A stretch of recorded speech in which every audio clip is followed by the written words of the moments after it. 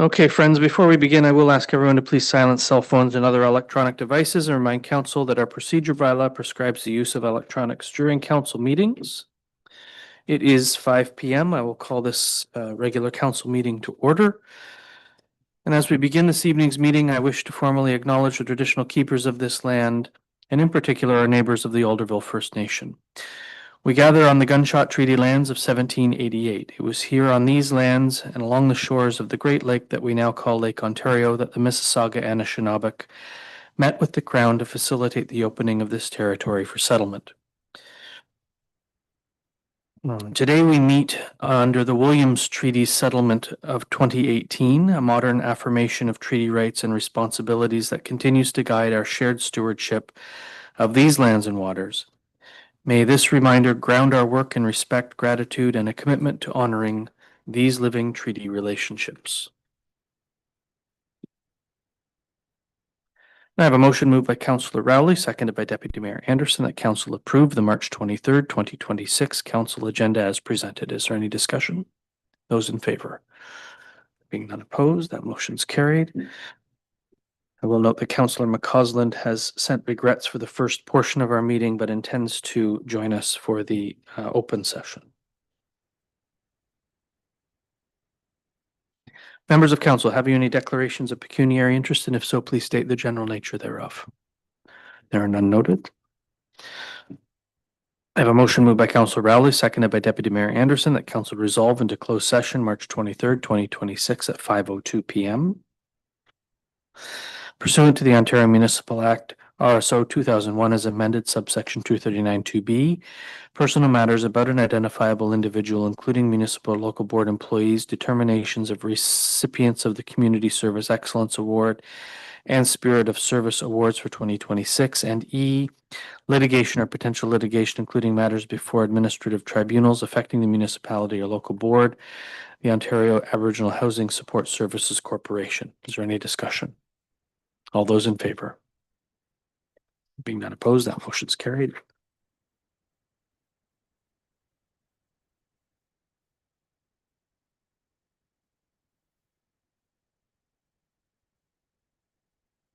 And we'll give staff a moment to transition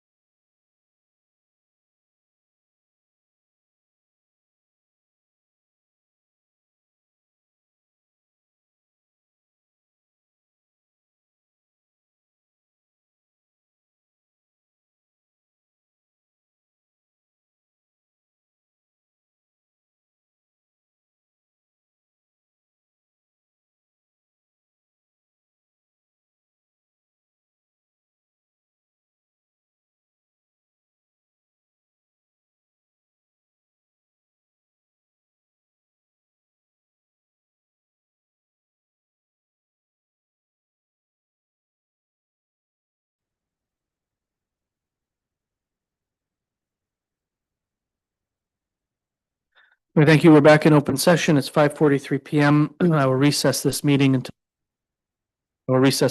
until 6:30 PM, when we will reconvene for the rest of the open session meeting.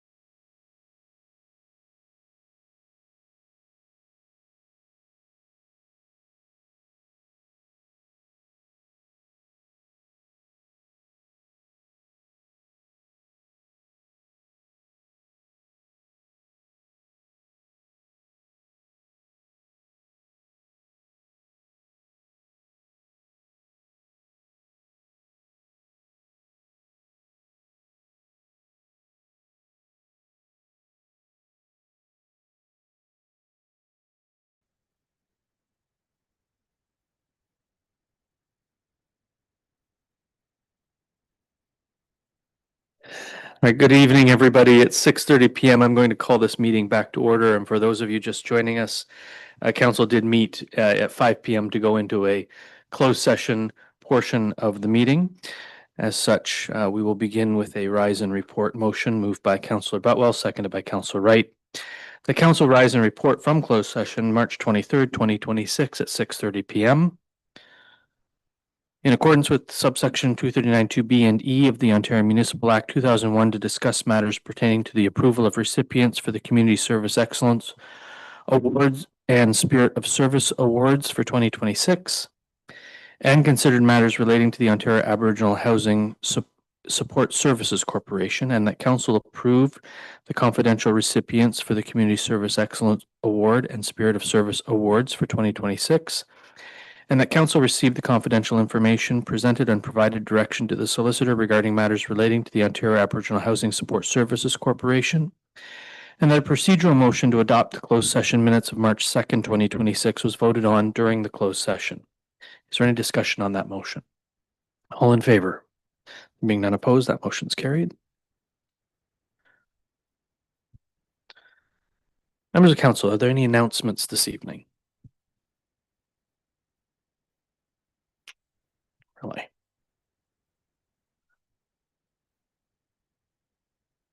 Councillor Wheeldon. I waited too long. Thank you, Mayor. Sure. Appreciate you waiting for my brain to catch up. Today I was able to attend the strategic planning session for Northumberland United Way. It was well attended from people from across the county, a lot of different nonprofits, and even some county staff were there. It was a great exercise, and I'm really hopeful that there will be some new momentum going forward to engage volunteers in our community and support the not-for-profit and voluntary sectors. Thank you for that. Appreciate that update. Anyone else? That moves us on to adoption of the minutes with a motion moved by Councillor Butwell, seconded by Councillor Rowley. The council adopt the March 2nd, 2026 council meeting minutes and the March 9th, 2026 council planning meeting minutes as presented. Is there any discussion? All in favor? Any opposed? That motion's carried.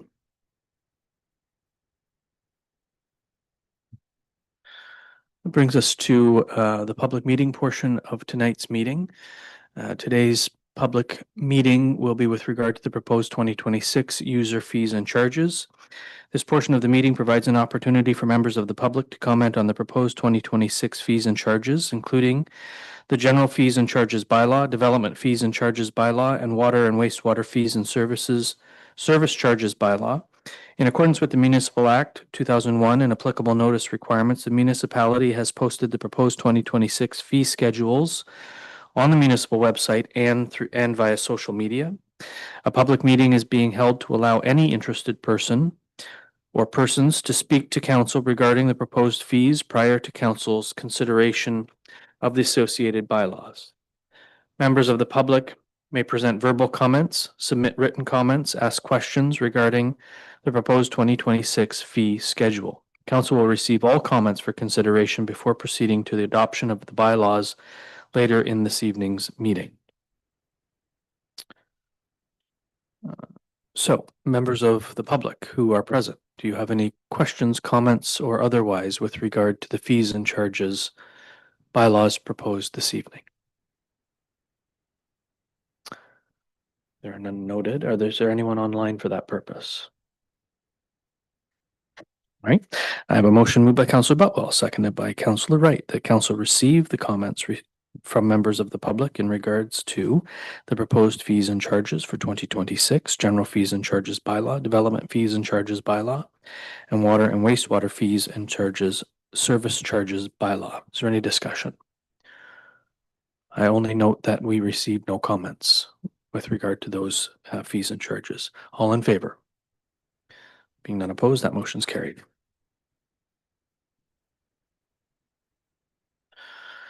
That brings us to the delegation and presentation portion of this evening's meeting. Council will hear two presentations this evening. Presenters have 15 minutes to provide council with their information. It is noted that language, content, and conduct must always remain respectful. Council will be provided with an opportunity to ask questions of clarification from the presentation representatives based on the information that they have presented. Council is reminded that this is not an opportunity to engage in debate with the presenters nor advance a public policy position. Presenters are reminded that council does not make decisions during the presentation portion of this evening's meeting. First presentation comes from Pinder DaSilva, Interim Executive Director, Rebound Child Youth Services. Welcome. Good morning, everyone. Oh, it's not morning. Sorry. Nobody wants to start over again, right? Thank you so much for having me. My name is Pinder DaSilva, and I am the Interim Executive Director at Rebound Child and Youth Services. And I'm actually coming in to present on the Youth Wellness Hub and the support that we've received from you guys, from the township, on supporting what the work that the hub is doing. But I can't talk about the hub without talking about Rebound, because Rebound is the lead organization for the Youth Wellness Hub that's located in Port Hope. So next slide, please. So just a little bit about Rebound. So we are a not-for-profit organization. We've been around since 1997, so for a very, very long time. We are this organization that serves children, youth, and families across Northumberland County. Our mission is really to ensure that children and youth and families throughout the county have the opportunities to develop a positive social and emotional foundation through accessible mental health, youth justice, and pro-social programs and services. So our model is based on integrated, collaborative programs that are easy to access. And through that model, we address issues related to anything from the very young age of 6 all the way up to 25 for youth mental health. We have family wellness programs. We have a very strong youth homelessness prevention initiatives that we run, and youth justice diversion is one of our key areas, literacy and access to primary care. Next slide. Well, I basically kind of talked about that. So a little bit of the why behind why we're doing the work at Rebound. 1 in 5 children and youth in Ontario experience mental health issues during their lifetime, with fewer than 20% actually receiving necessary treatment. And according to public health, youth across our county here face mental health and substance use challenges above the provincial average, with higher rates of emergency department visits than across the province. So there is a critical window of intervention and providing timely support to the youth and to the families in order to prevent the crises and long-term negative impact. And there is an increase in the complexity that mental health that youth are presenting to us. There's a lot of intersecting identities that go with youth mental health. You know, when you look at homelessness, when you look at food insecurity, when you look at family breakdown, all of those kind of feed into what leads to the youth mental health needs that we're serving. And we know that the service systems aren't always easy to navigate. So there is obviously an overall impact to the community and the systems within which the youth and the families are trying to access services. So when unhealthy children become unhealthy adults, it absolutely affects our whole community. So next slide, please. So our response to kind of the why and how we're implementing our programs and services. So our goal is to really provide equitable, timely access to programs in an environment that is low barrier. There's, very little cost to any of the programs. We are funded provincially and by the county to provide our services. Our goal is really to build healthier communities. So how do we engage with youth and families to ensure that they're accessing support in a safe, trustworthy environment that really fosters lifelong engagement? And our goal is to really empower the youth. So we have a youth advisory committee, we have a family advisory committee. So how do we, hear their voice? How do we hear their lived experience so that they can help support the programs and services that we're implementing, and then hopefully in the end help the youth reach their full potential. And then a really overall goal of building community awareness. So increasing the understanding across the community of what are the available services that they can access in terms of mental health and youth justice. Next slide. So the Youth Wellness Hub, it is a provincial initiative, if anybody wasn't aware of that. There's more than 30 hubs located across the province. CMH or CAMH is the provincial lead for all of the hubs across the province and the fund holder. So it is funded by the Government of Ontario. In Northumberland County, Rebound is the lead and fund holder for the one that's located in Port Hope at 15 Cavan Street. So it is a one-stop shop. We opened December 1st, so we're brand new in terms of one of the newest hubs that just opened up. It is a one-stop shop. We serve youth between the ages of 12 to 25 across Northumberland County. The services are entirely free, and the intention is really to take, much like all of the rebound programs that we offer, it's about early intervention, it's about prevention, and really being responsive to meet the needs of the youth and the families that that make up that family unit, and how do we address those gaps in youth programming. So it is a wraparound approach that, like I said earlier, that addresses that intersecting identities that impact mental health. As the lead agency, we are not doing any of this work alone. The provincial model for the Youth Wellness Hub is that there's always a collaborative partnership in terms of bringing, community partners to the table and the work that's being done. So the partners across Northumberland County that have been there from the beginning in helping us to design the hub, to get the funding, to building it and getting it open, have included the YMCA in Northumberland County, CHCN, the hospital, of course, the municipality of Port Hope, and Community Living and Respite, Northumberland County. So they've all have been very much instrumental in getting the youth up and running. And we still continue to meet as a collaborative partnership table on a monthly basis, more now around the operations. So we've started with these key partners around bringing their operations and the services that they can provide out of the hub. So, for example, CHCN, we have a mental health worker that also comes in to provide services. And then for our community living, we've got employment programs that they're supporting us with right now. And then we're working with the other partners around what the other services will look like. And so, as I said earlier, it is an integrated model. So the supports that are offered at the hub include primary care. So we have a full-time nurse practitioner that works out of the hub, and the youth that are accessing the services through the nurse, they don't need to be connected to a doctor. They don't need to present their health card. They can come in and talk to Michelle anytime during the hours for whatever services that they require. Already she's extremely busy, and which is a fantastic sign. That means the youth are already seeing the hub as a safe place to be able to access the services that they're looking for. We also have a mental health and substance use clinician. So she is providing services for all of the youth. We're looking at more of the older youth for the hub, and the younger youth are still accessing services through our main location in Cobourg. But in youth that requires short-term counseling, so it's brief counseling, anywhere from 8 to 12 sessions related to mental health and substance use. And then we're implementing community and social supports and life skills and well-being activities. Those are the pieces that we're exploring right now with all of our community partners and what they will bring into the hub to kind of create that one-stop shop. And then we have a peer support worker who is doing fantastic work in the schools and the community in really bringing the youth into the hub and hopefully seeing it as a space that they can use. And the hub also includes a community cupboard. So the youth have access to food, they have access to clothing, to personal hygiene products. We also have showers, full showers there that the youth can come in and use. We do have some youth that are unhoused youth. And so they do come in to have showers and also to do laundry, because we also have laundry facilities available for the youth.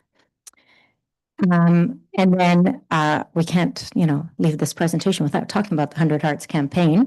So the 100 Hearts campaign that was led by Elena, the mayor over in Port Hope. She was the chair of the fundraising committee. So it is a monthly donor campaign that supports the Youth Wellness Hub Ontario and Northumberland's programs and services. The goal was to reach 100 individuals or teams of donors each led by a champion, to commit $200 per month for at least 3 years to support the sustainability term for the hub. And we had a presentation to recognize the hearts on February 14th at the hub. And Elena announced at that time, I think we had reached actually 120 hearts. So she actually exceeded her targets for that. And so thank you to the township here for being one of the 100 hearts. We really do appreciate the support that you're providing to the hub. And then I just thought I would show a few pictures. Unfortunately, because of our crazy winter, from the outside, the hub doesn't look that great with all that snow. So like I said, we're located at 15 Cabin Street. So that's the front and the side entrance. And then the next slide has the inside. If you haven't come, we would love to have you guys come and check out the hub at any time. So we've got 3 bathrooms plus the shower on the main floor. And then if you go to the next slide, we've got a fully functioning kitchen. It's beautiful. It's industrial, everything in there. The goal is to actually start offering things like cooking classes. We're going to be utilizing our community partners there. We've got, a pool table, a ping pong table. We've got a lounge area. We've got a study area, program space, office space for our community partners to be able to come in and meet with their clients. So it's very much a one-stop shop. And then I think just one more picture of the community cupboard there on the left-hand side, and then the laundry facilities on the right-hand side. And that's it.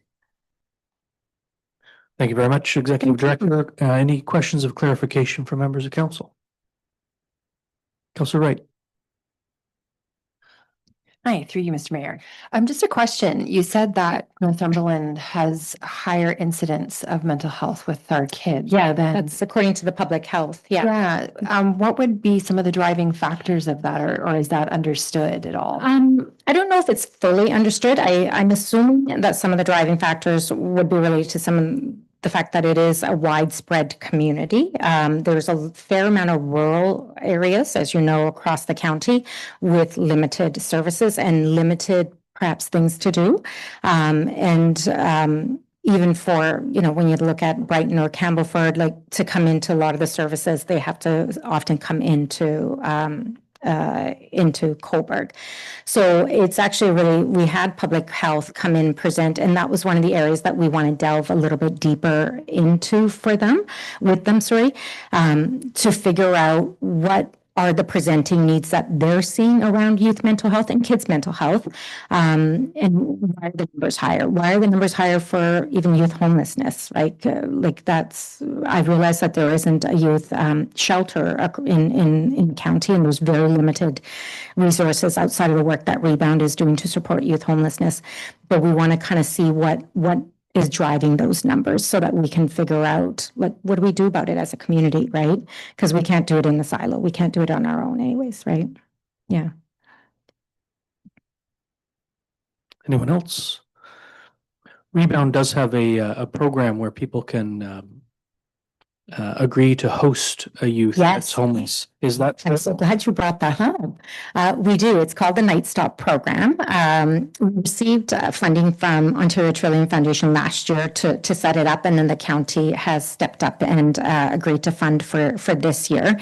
So it is intended to be a short-term program for youth that are unhoused, perhaps for a variety of reasons, and it's short term. So we've got hosts in the community, who have agreed to take the youth in anytime, like anywhere from 1 night to up to 6 weeks, while we try to figure out how do we reconnect them with the family or find other types of shelter for them.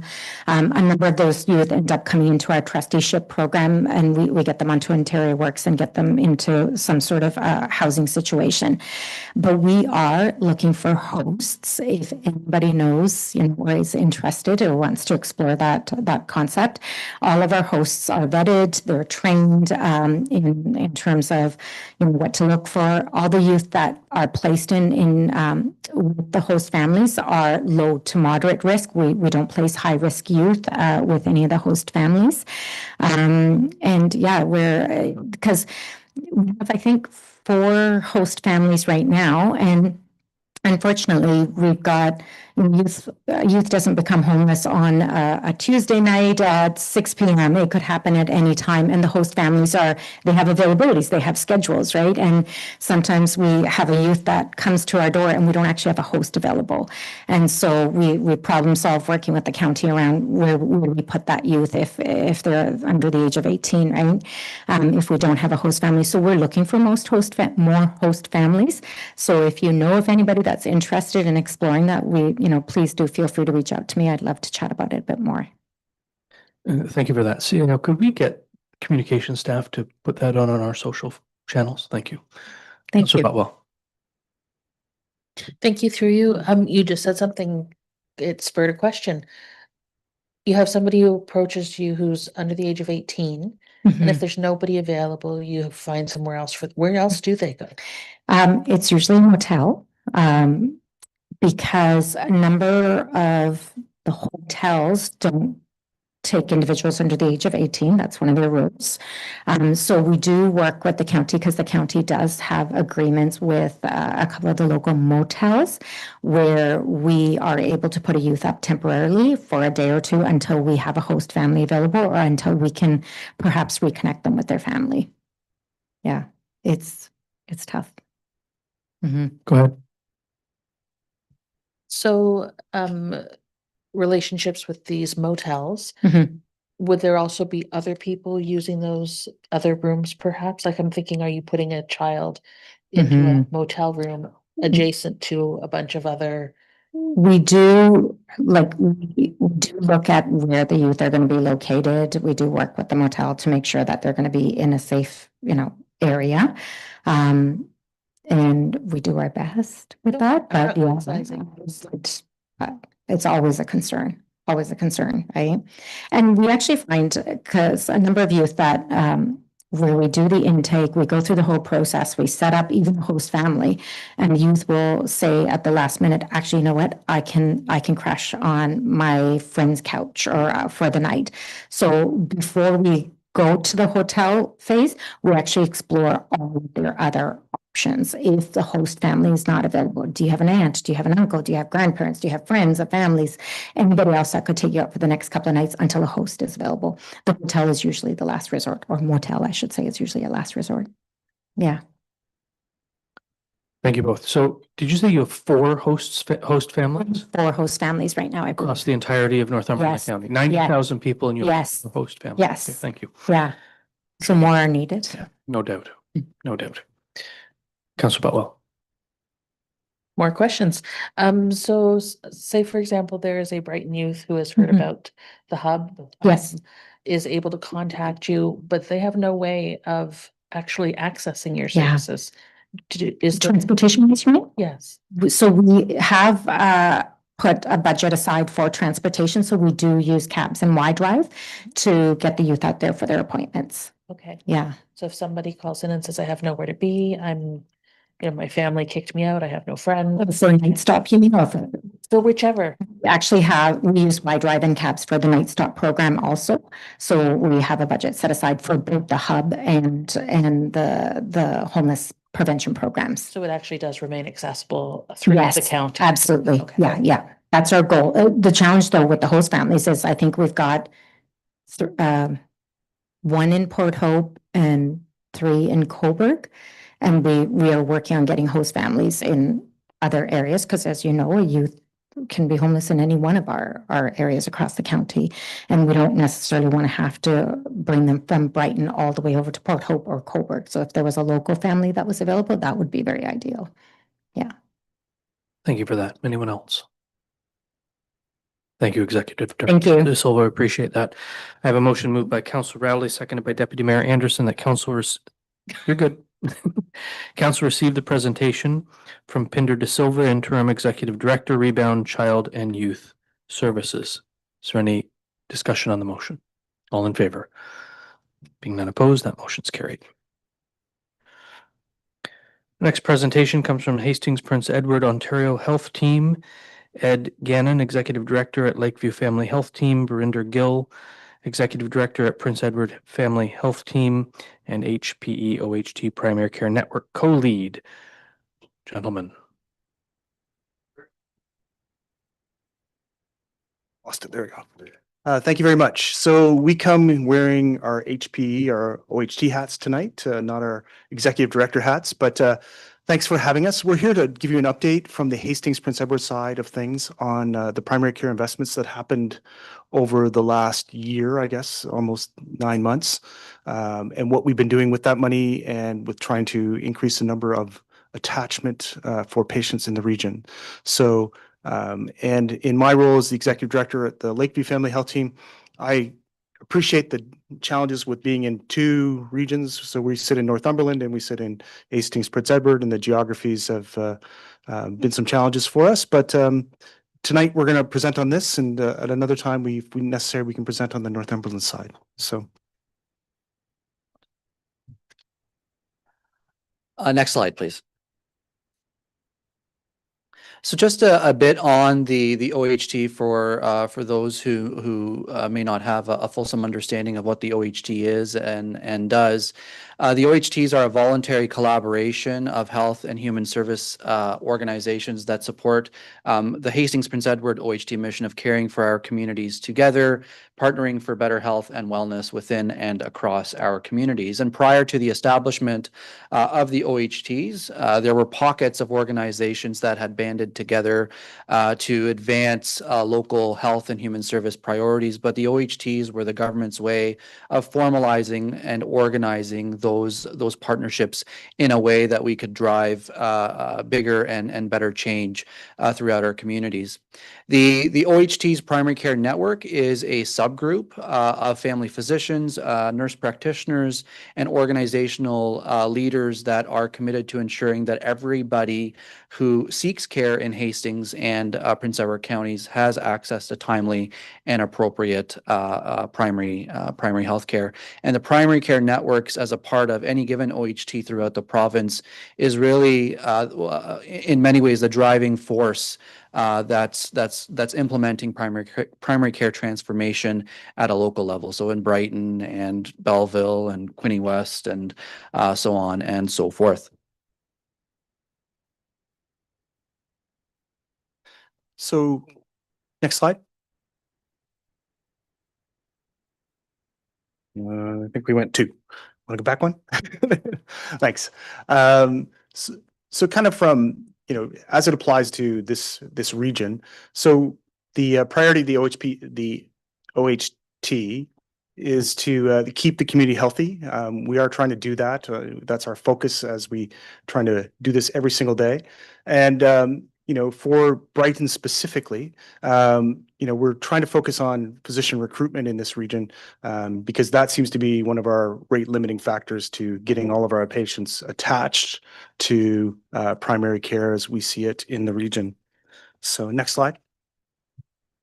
So the current state of what's going on in the region, and there's some challenges defining our region and our postal codes that were part of this project, is that there's currently, we have it as about 300 residents in the Brighton area that are on the Healthcare Connects list from January 1st. So of 2025. So, and there are currently, we've cleared off about 200 residents over the since August 1st to February 19th, as it states there. So next slide.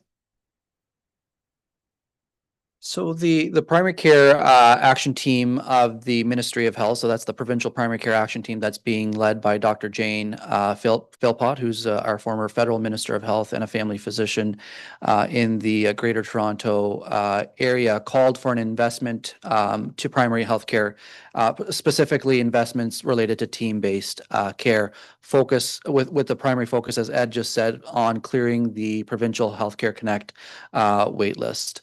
There was a competitive funding opportunity that was announced for 25-26, focusing on communities with a high number of residents who are on that provincial wait list, the Healthcare Connect list, and that encompassed the KOK, the KOL, and the K8N regions. Those were the three sort of FSAs, or the forward sortation code areas that were prioritized by the Ministry of Health. All primary care teams throughout the province were, and specifically our OHT, were invited to participate. And as a result of that participation, we were awarded $4.45 million approved for the OHT, including expansion of services here in Brighton, Stirling, Tweed, Gilmore, Bancroft, Belleville, and Prince Edward County, with the target or the goal of attaching 10,000 residents to primary care, and specifically team-based primary care.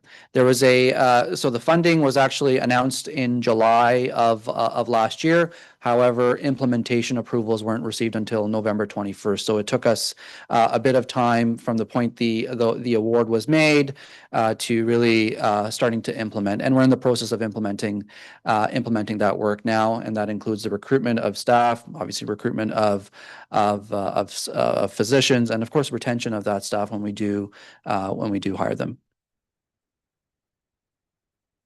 No, Still me. still you. Okay.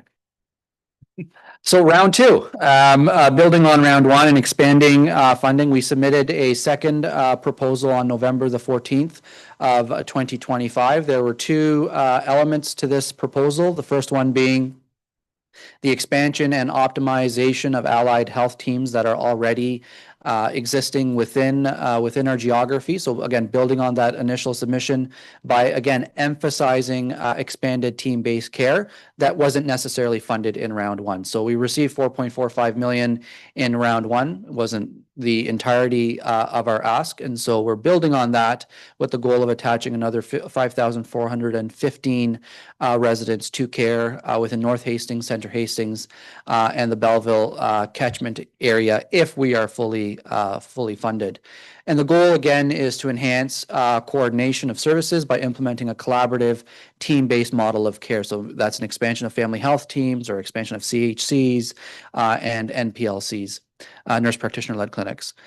Strategies will increase capacity, improve efficiency, and ensure patients receive timely, appropriate primary care within the community. And we've probably all are all familiar with the slogan, "The right care in the right place at the right time," and that's really the overarching objective. The second element to that proposal was our focus on military families, enhancing the attachment rates of an enlisted member's family members, with the goal of attaching 4,475 individuals and being able to provide them with that team-based primary care that they need. And this element of the proposal was submitted in collaboration with the Military Family Resource Center. And you've probably, and I think it may come up in the presentation at another point, but there was an announcement made recently by the Minister of Health and Dr. Philpott in additional investments that are being made to primary care. We don't know if this was a successful proposal, but hopefully we'll know over the next several weeks. Next slide, please. So kind of following up on the continuing implementation of round one. So the key challenges seem to be for us is the recruiting of staff and physicians, nurse practitioners, and allied health providers. As these proposals went out across the province, it came, it's very obvious that it's very competitive to try to recruit and retain these individuals. So that is a key challenge for us in this region from Quinte West all the way through to Colborne area. Then we'll be focusing on, once we actually get some staff, we'll be able to focus on the new patient attachment and clear that list of those couple hundred patients on the Healthcare Connects list, which is what we've been asked to do. We're also looking at continued ways to make improvements to the system, collaborating differently together, working across for the two OHTs together. And currently, we're still, like Brenda said, just waiting on the round two funding. We do know that there will be a round three funding that we'll be preparing for in the fall of this year, hopefully putting together another quite large submission, hopefully that we can see how that will come through for us. But our greatest potential really is working together as regions across the different organizations and across the different primary healthcare teams that exist currently, and focusing on the challenge that we have. We work quite closely together as is, and keep track of the numbers and who's taking folks off the list, and trying to maximize what we can regionally to make sure that we are getting people in when they need to be seen. Yeah, not to say though, it is a challenge. Next slide. So we'll end it there, but open it up for discussion. But we appreciate your support. And if you have any questions or need to contact us at any time, please go ahead and do so. Thank you, gentlemen. Questions for members of council? Councillor Wright. Through you, Mr. Mayor. Just a question, 300 patients from this area, that seems like a really low number to me. I know that there's probably a fairly large contingent of local people who have moved to the area, kept their doctors from like 1, 2, 3 hours away. Is there any keeping track of that and encouragement of trying to get those people to find local services when those new doctors come on board?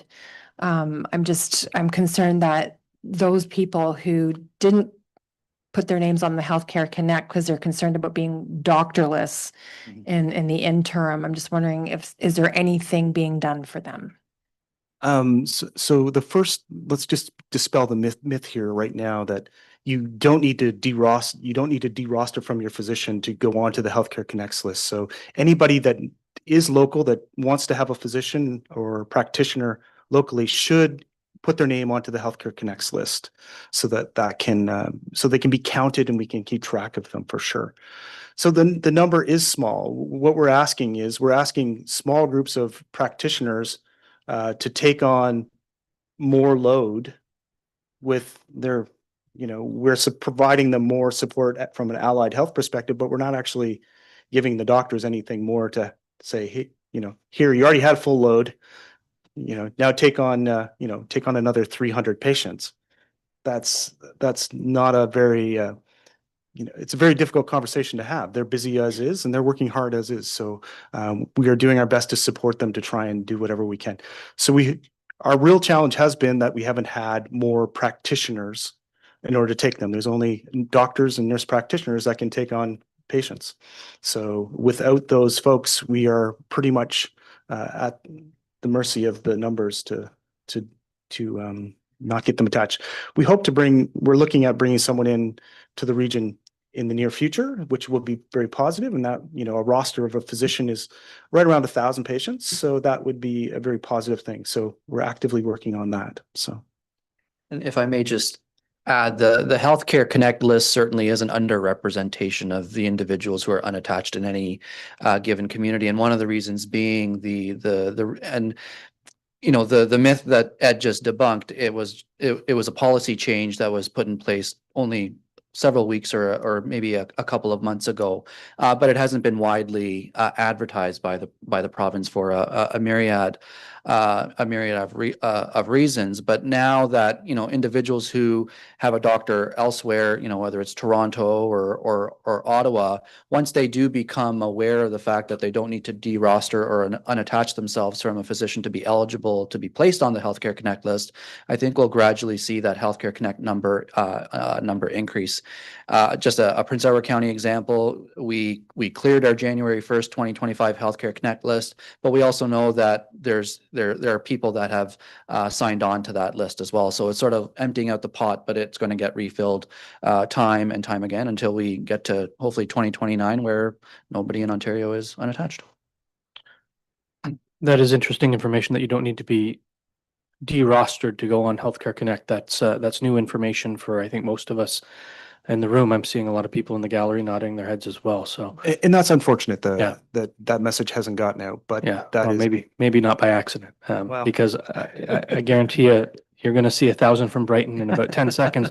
CAO, could we make sure that goes out on our social media feeds as well? Because I think there are a bunch of Brightonians who have doctors in Scarborough and Mississauga and Ottawa because they don't want to they're afraid to deroster in order to go find a doctor locally or wait to get that doctor locally. But if they don't have to deroster, I think the opportunity presents itself to show us the real number of folks looking for doctors in the community. So thank you for that information. Thank you for the question. Yeah. And thank you for debunking it. Yeah, and we do know that those people exist, and we do have we have really good epidemiology people. They're able to find these people, and we know how many, we have an idea of how many people exist, and it's a very large number. It's huge. especially in this part of the world. Yes. Yeah, thank you. Go ahead, Councillor Wright. Just another sort of follow-up question. With all this funding and everything, is it concentrating specifically on doctors and nurse practitioners, or will there be added services like X-ray and lab services coming with some of this funding as well? So this funding right now is to focus on primary care. So that would be, the doctors, nurses, allied health teams, trying to provide that wraparound care that we provide in the family health team, in the CHCs and nurse practitioner clinics. That's what we're trying. That's where the money was focused to. That other stuff has not been tagged for the funding. So. Thank you both. Anyone else? Gentlemen, thank you very much. Thank you. I have a motion moved by Councillor Butwell, seconded by Councillor Rowley, that Council receive the presentation from Hastings Prince Edward Ontario Health Team, Ed Gannon, Executive Director at Lakeview Family Health Team, Brinder Gill, Executive Director at Prince Edward Family Health Team, and HPOHT Primary Care Network Co-Lead, an update on primary care, specifically attachment to family physicians and nurse practitioners. Is there any discussion on the motion? All in favor? Being none opposed, that motion is carried. That brings us to citizens' comment. Madam Clerk, is there any citizens' comments this evening? There being none?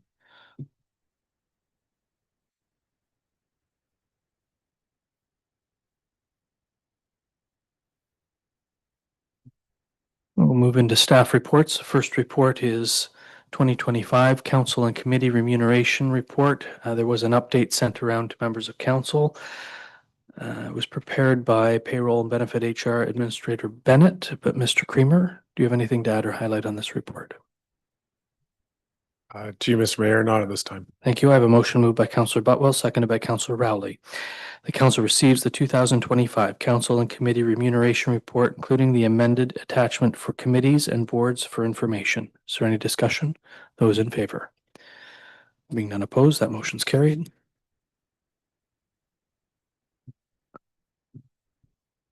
Next report is the 2026 User Fees and Charges. Treasurer Creamer, do you have anything to add or highlight? Through your worship, nothing really to add other than if there are specific questions, the appropriate manager or director should be here to answer.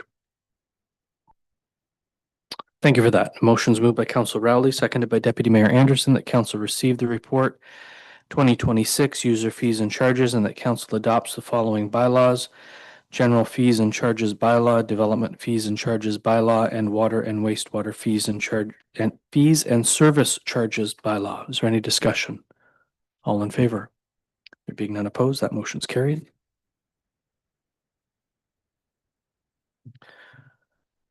Next report is the 2025 Annual Brighton Springs Drinking Water System Report. Director Linden, we've read your report. Do you have anything to add or highlight? Through you, no, nothing to add. Thank you. I have a motion moved by Councillor Wright, seconded by Councillor Rowley, that council receive the 2025 Annual Brighton Springs Drinking Water System Report. Is there any discussion? Councillor Wheeldon. Just wanted to say, love to see that 100% compliance. Good job, Yeah. team. It is nice to see, isn't it? Anything further from members of council? All in favor? There being none opposed, that motion's carried.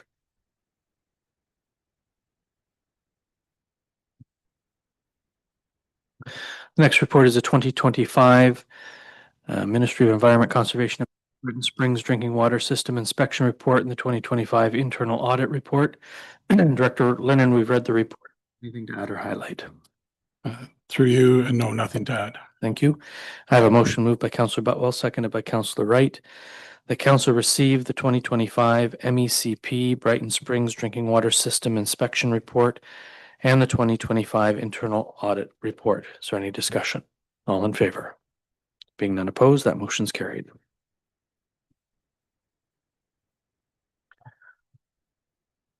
Next report is the 2025 Water Pollution Control Plant Sewage Pumping Station Annual Report. Director Linden, we've read your report. Do you have anything to add or highlight? Again, through you, Mr. Mayor, nothing to add. Thank you. I have a motion moved by Councillor Rowley, seconded by Councillor Wright. The council received the 2025 Water Pollution Control Plant Sewage Pumping Station Annual Report for information. Is there any discussion?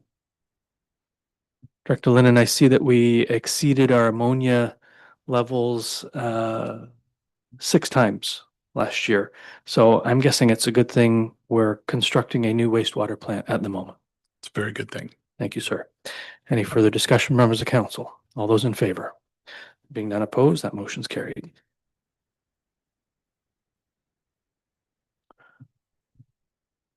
Next report is a Junior A hockey team report. Manager Hallam, we've read your report. Do you have anything to add or highlight? Through you, Mr. Mayor, nothing to add. I have a motion. Thank you. I have a motion moved by Councillor Rowley, seconded by Deputy Mayor Anderson, that council receive the report regarding the Junior A Vikings hockey team locating the municipality of Brighton and operating out of the King Edward Park Arena. That council approve entering into an agreement with the Vikings hockey team for their use and operation at the King Edward Park Arena. Is there any discussion? Councillor Rowley. Thank you, Mayor. For those of us who are not the big hockey fans that some others in Brighton are, could someone just explain exactly what a Junior A hockey team is?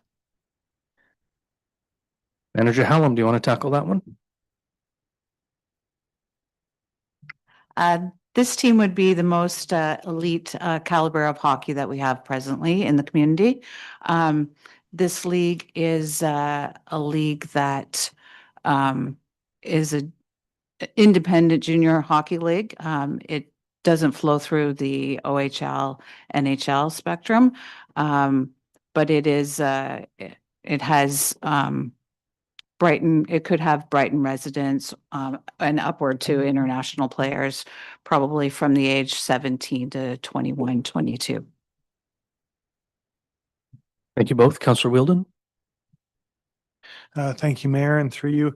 I noticed that the dedicated spaces required by the team have been addressed through the agreement with applicable costs included. I'm wondering how we evaluated that, just remembering how much time we spent talking about how much rent the YMCA pays. Director Linden. Through you, Mayor.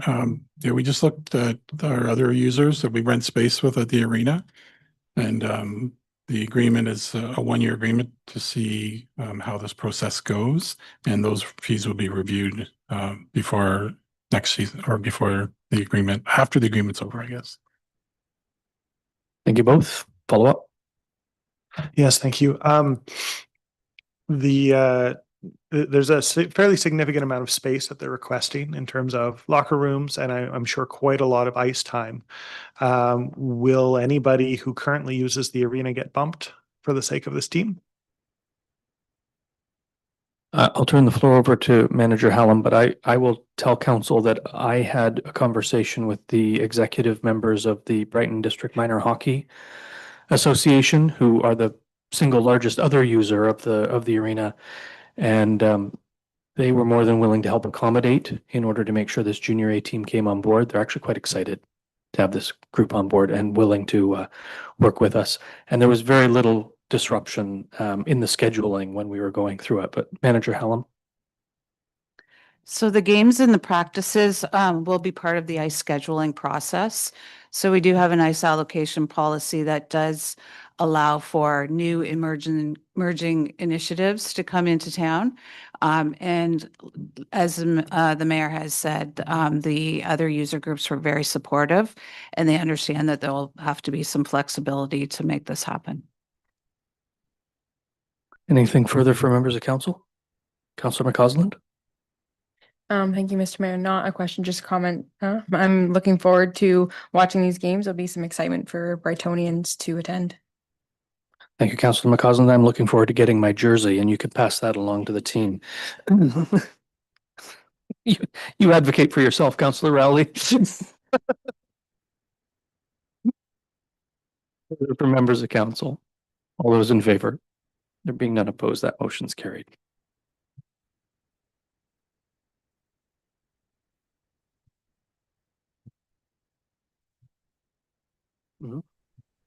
Thank you. Next report is the 2026 holiday office closure. Manager Smith, we've read your report. Do you have anything to add or highlight? Not at this time, Mr. Mayor. Thank you. I have a motion moved by Councillor Butwell, seconded by Councillor Wright. The council approve the closure of the municipal offices on the following dates: December 24th, 2026, December 29th, 2026, December 30th, 2026, and December 31st, 2026. Is there any discussion? I assume that those are almost entirely days in lieu of stat holidays. No, they would not be. Two of them are. Manager Smith? Through you, Mr. Mayor, the stat for Boxing Day, the 26th of December, falls this year on the falls this year on the 20, I have my dates mixed up, my apologies. Let me pull up the calendar so I can get you the right dates. It falls on the 28th of December this year, so the stat for the 26th will be on the 28th, which is a day that we would typically be closed anyways. The 29th and 30th would be normal days that we're requesting to be closed, as well as half the day on the 31st. Our agreements allow for half a day on the 31st to be closed already. Thank you for that clarification. I appreciate that. Any discussion from members of council? All those in favor? Being none opposed, that motion is carried.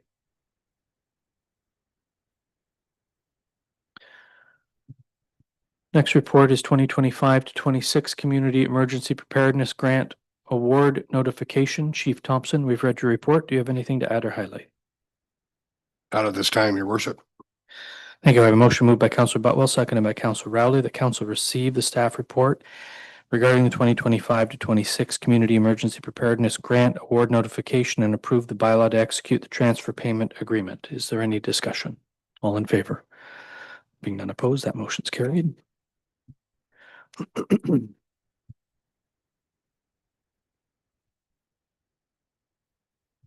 Next report is the 2026 Brighton Municipal Election Accessibility Plan.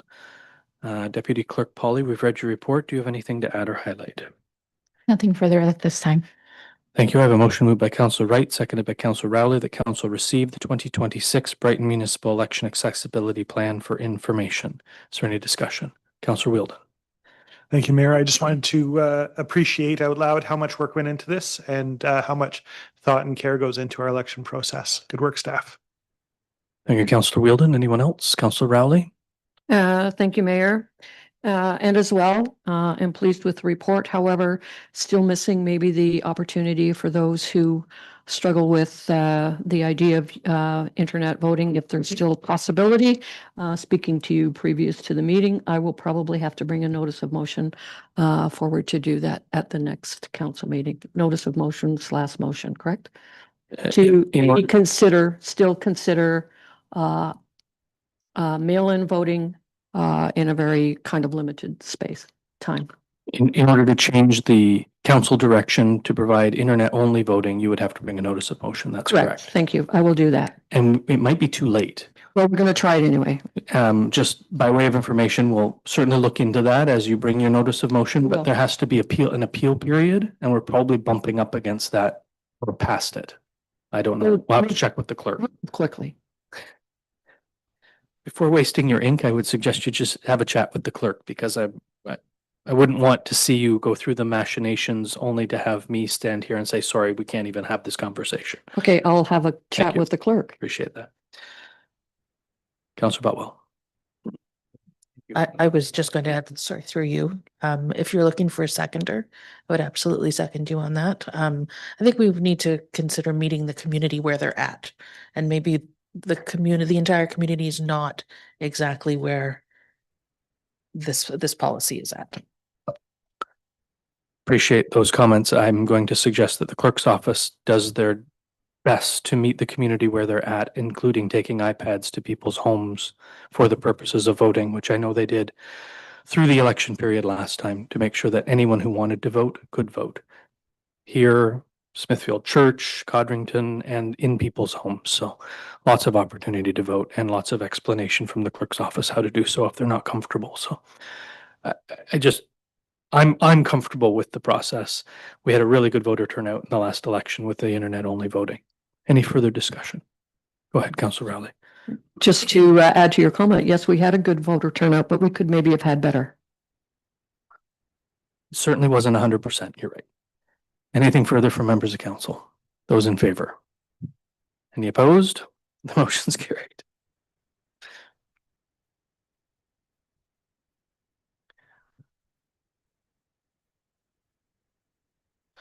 The next report is the committee structure review. Deputy Clerk Polly, we've read your report. Do you have anything to add or highlight? Nothing further at this time. Thank you. I have a motion moved by Councillor Rowley, seconded by Councillor Wright. The council adopt the committees of council administration policy as updated. The council directs staff to bring the simplified procedure bylaw for committees as drafted to the next available meeting for adoption. The council dissolved the Health Services Advisory Committee and the Economic Development Advisory Committee. The council consolidate the Rural Advisory Committee, the Justice, Equity, Diversity, and Inclusion Advisory Committee, and the Environmental Sustainability Advisory Committee into a newly created Connected Community Working Group. And the council directs staff to draft terms of reference for the newly created Connected Community Working Group for council consideration. Members of council. Councillor Wheeldon. Thank you, Mayor. I really like all of this. Where I have questions is on number 4, the consolidation of Rural Advisory Committee, Justice, Equity, Diversity, and Inclusion, and Environmental Sustainability.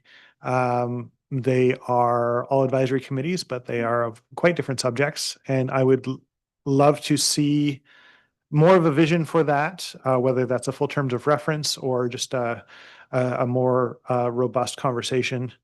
And I would love to work that through with existing members of those committees. Do you have a suggestion for the motion? I think that I would support it without number 4.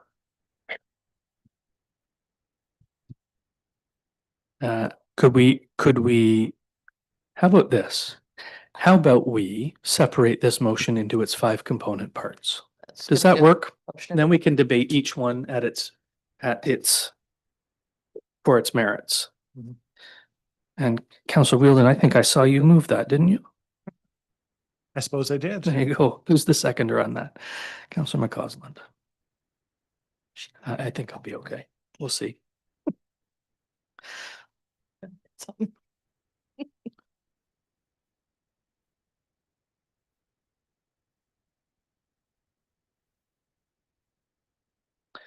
I lost my words. What do we call that? Divide? Motion to Divide. divide. To divide. Thank you.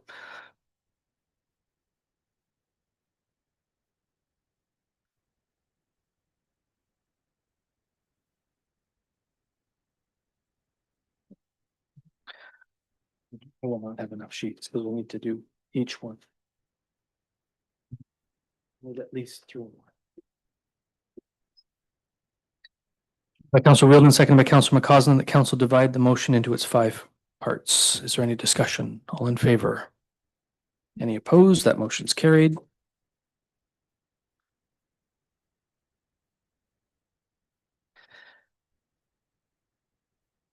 So we stay with the same mover and seconder on each of the 5. So it's moved by Councillor Rowley, seconded by Councillor Wright. The council adopt the committees of council administration policy as updated. Discussion. Councillor Rowley. Meaning if we support that, that means 2, 3, 4, and 5 will be as we say, correct? If I support number 1, that means I don't have a lot of discussion on number, I'm specifically 3, 4, and 5. No, I don't think so. Deputy Clerk. Just want to make sure. Yeah. Thank you, Mr. Mayor, and through you. That would be a completely separate. The adoption or approval of the updated policy is separated from the others, and they're not connected. So the policy is just how we administer committees, not the selection of what committees we do. Okay. Any further discussion on number 1? Councillor Wheeldon. Thank you, Mayor. I want to show appreciation for this policy. I know that even last term, when I brought a delegation to council asking for a new committee, that was my first experience of working with committee of council, but it was a very much a learning experience about how we do committees, and left me from the beginning with questions about why our committees the way that they are in terms of how effective can we be? What kind of resources can we have? Are we the right people to be doing things? You know, I brought a suggestion for a committee because we did not have a staff member associated with environmental sustainability. And I thought in the absence of a staff member, we should have somebody looking out for something. And I think some of our committees are there for that purpose. Some of our committees are here to be working committees where they do a job. Some of our committees are here to advise council, and whether or not we remember to ask them any questions is another question. And so we have such a variety of committees and ways of working. Having more clarity on this was sorely needed. So thank you, Deputy Clerk, for that. Thank you for that. Councillor McCausland, I saw your hand. You're good. Your question's been answered. Councillor Wright. Just a question regarding the policy. I love the new policy. I think it's a great idea. My question comes regarding external committees like the DBIA. How it just seems strange to have. Hang on. DBIA is not an external committee. It's a statutory committee. Statutory committee. Okay. So in either case, will this kind of policy apply to them, or are they still like running under their own? They would have to have their own policies. Yeah, like the OPP detachment board would have to have Okay. its own policy. I see. Got it. Anything further from members of council? All in favor? Any opposed? Motion is carried.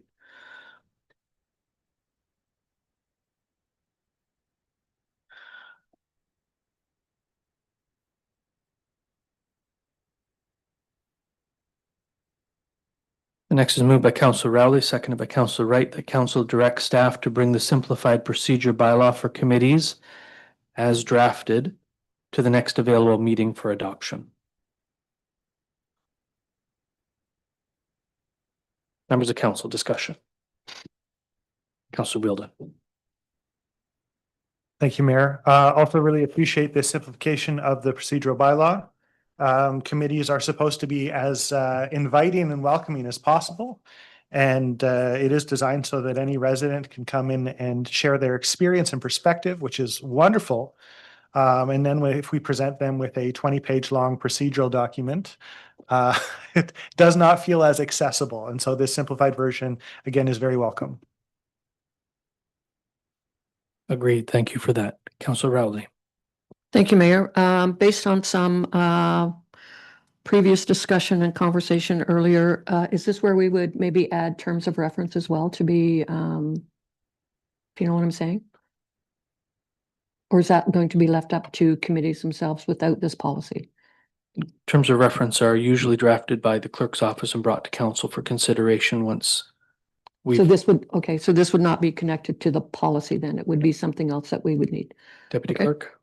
Thank you, Mr. Mayor. And through you, I think what Councillor Rowley is referring to is the possible discussion of updating some of the terms of reference. And my recommendation would be to add that on to the last number 5.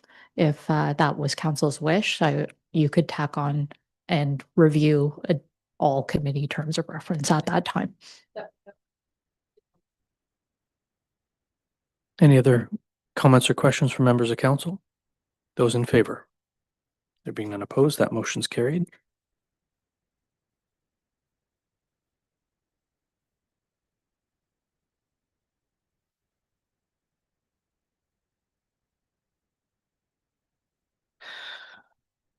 A motion moved by Councillor Rowley, seconded by Councillor Wright, that council dissolve the Health Service Advisory Committee and the Economic Development Advisory Committee.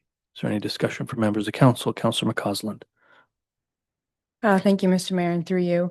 The Health Services Committee, excuse me, I don't really have much to say about, but with the Economic Development Advisory Committee, I don't really understand why we need to dissolve it. I feel like they still bring a good representation for the businesses that are looking to come into town, and they don't run at extremely high cost. They only meet, I think, 4 times a year. And I just feel like we'd be losing that representation and that communication line, I guess.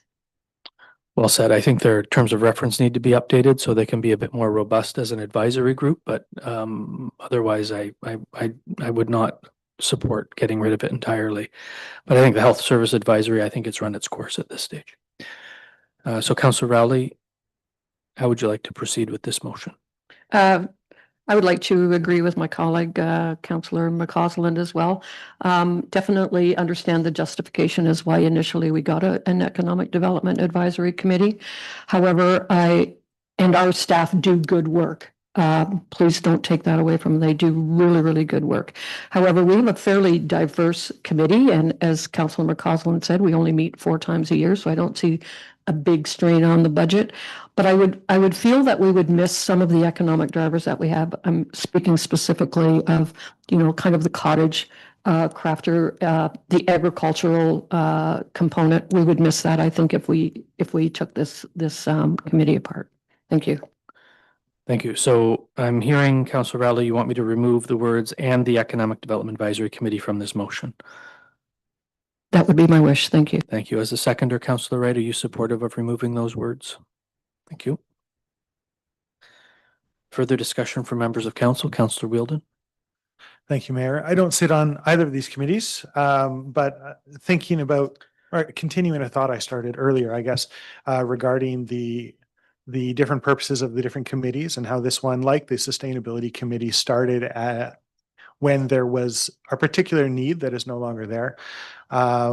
In terms of the, we now have a very robust economic development department. I think then if we're going to be looking at terms of reference, it should be with an emphasis on what serves our staff. And I think representation is really important, and I appreciate that comment, Councillor McCausland. But I know that staff often end up coming to committee or to council looking for direction. And sometimes they leave a committee with completely new direction. And making sure that we are doing a good job of supporting staff according to the strategic plan, according to the needs of the community, and making sure that we're actually producing something in all of our meetings. I know I go to a lot of meetings where we do not move anything at the meeting. We do not direct staff in any way. We do not get reports. And I know that even from a perspective of trying to keep residents on the committees engaged, making sure that they are achieving something each meeting, I think, is important.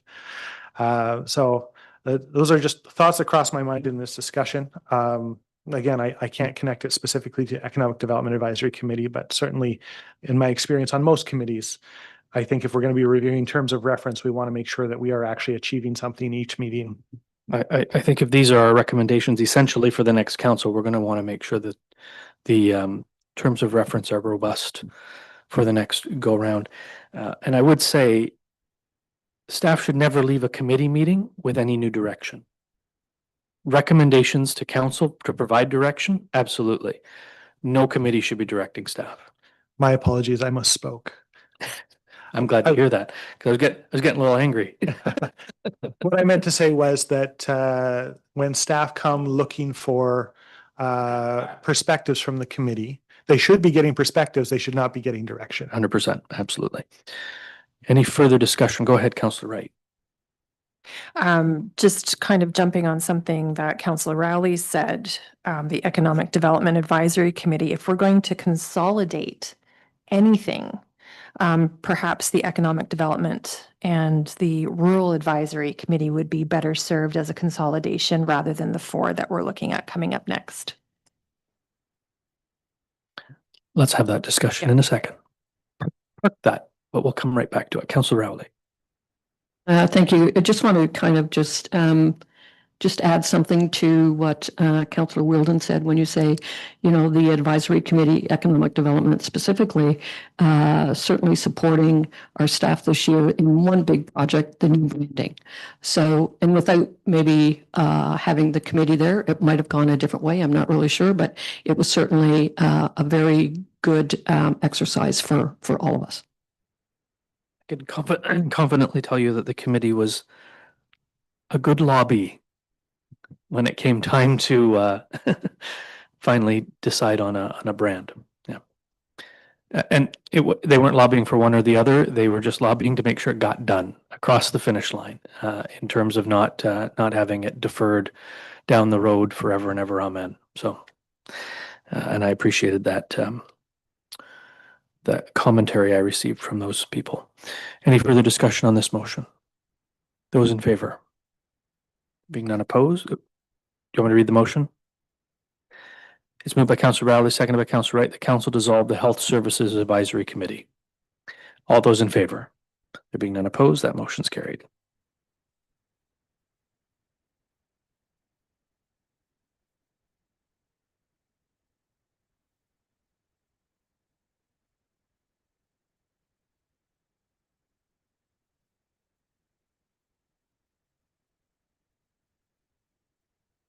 A motion moved by Councillor Rowley, seconded by Councillor Wright. The council consolidate the Rural Advisory Committee, the Justice, Equity, Diversity and Inclusion Advisory Committee, and the Environmental Sustainability Advisory Committee into a newly created Connected Community Working Group.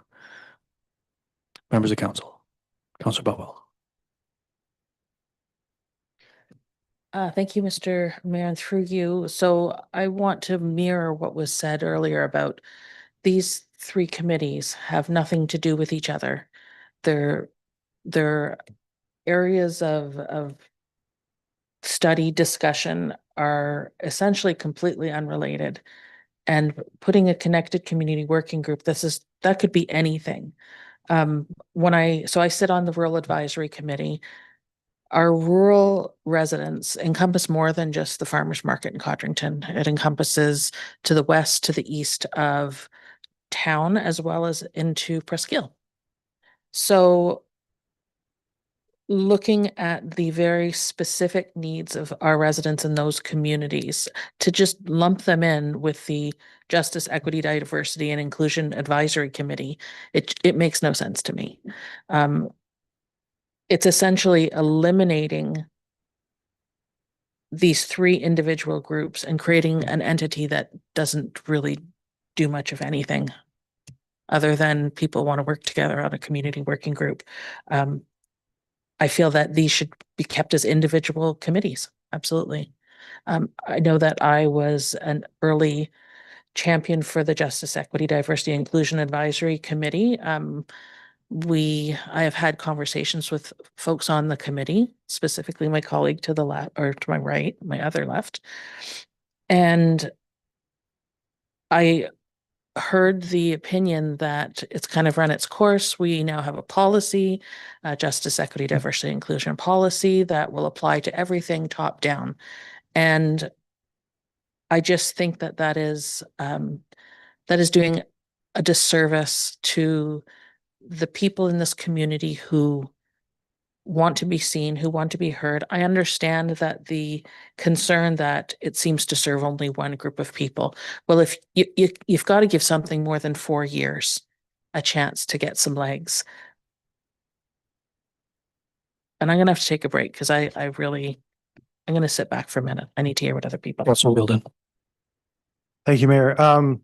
I do want to clarify the conversation we've been having at Justice, Equity, Diversity, and Inclusion Committee meetings for the last few meetings have included questions of, have we achieved our goals?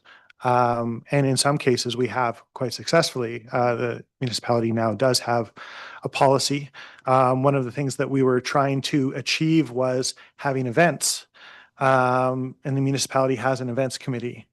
And so we have delegated to the events committee, and with the policy being applied municipality-wide, a diversity, equity, and inclusion lens will now also be applied to events in the community.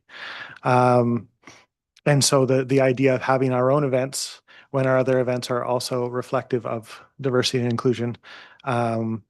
We talked it through. We also talked about scaling down our concepts. We had started with ideas of putting on a festival, and are now scaling it back to what if we had regular coffee times. And that's a positive thing. But something else that came up over and over again in our meetings is, well, what would stop someone as in just a private citizen from putting on this event themselves? Absolutely nothing. And as a committee, we have strived to come alongside people who are already doing good work in the community in order to support that work to showcase the diversity in Brighton. And that's why we've partnered with the different Pride committees. But with that in mind, in some ways, our committee budget has become almost a secondary grants and aid budget, because we're giving out a few $100s here or there that could have been applied for through the normal process. So in terms of the actual output of the committee, I'm not opposed to it existing even just for the sake of being a standing commitment by the municipality of saying, yes, we value diversity, equity, and inclusion and justice in the municipality of Brighton. Whether or not we even need to meet to show that. But in terms of what we can produce as a committee, we've been having questions about that and very good discussions. And so, it's not that the committee has said that we should not exist, and it's certainly not that I have said that, but just I've reported that we've been having those conversations. If that emphasis can still be included in a connected community working group, I think that's great, and I don't think that perspective should be lost, and I don't think it necessarily would be lost with what has been proposed here. I do want to see more before I say yes to that, though. Likewise with the Sustainability Advisory Committee, it is sometimes challenging in both of these committees to maintain quorum and to get enough residents on board to have a full roster. We very often want to do more things than is maybe appropriate for an advisory committee. We have people who want to get their hands dirty and roll up their sleeves, and I really appreciate that, but that's not what advisory committees do. And so we've wrestled with that over the years, last term of council and this term.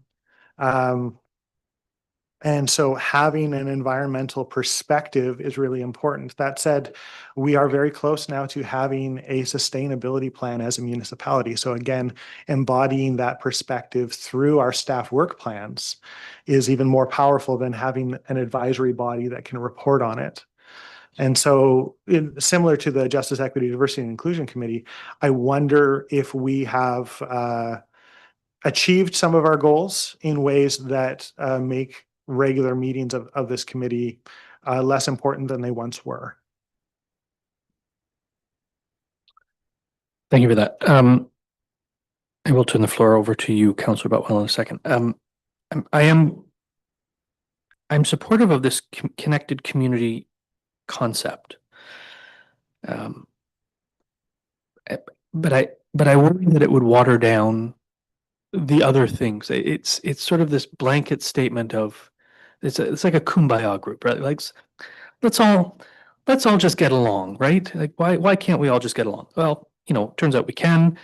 We do at the Rural Advisory Committee, we do at the Justice, Equity, Diversity Committee, et cetera, right? So I understand the want for it, and I get the want. Believe me, staff, I get the want to consolidate our committees. I understand where we're going there.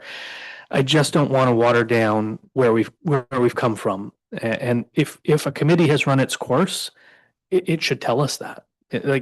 That should be the job of the committee to say, I don't think there's any more work here to do.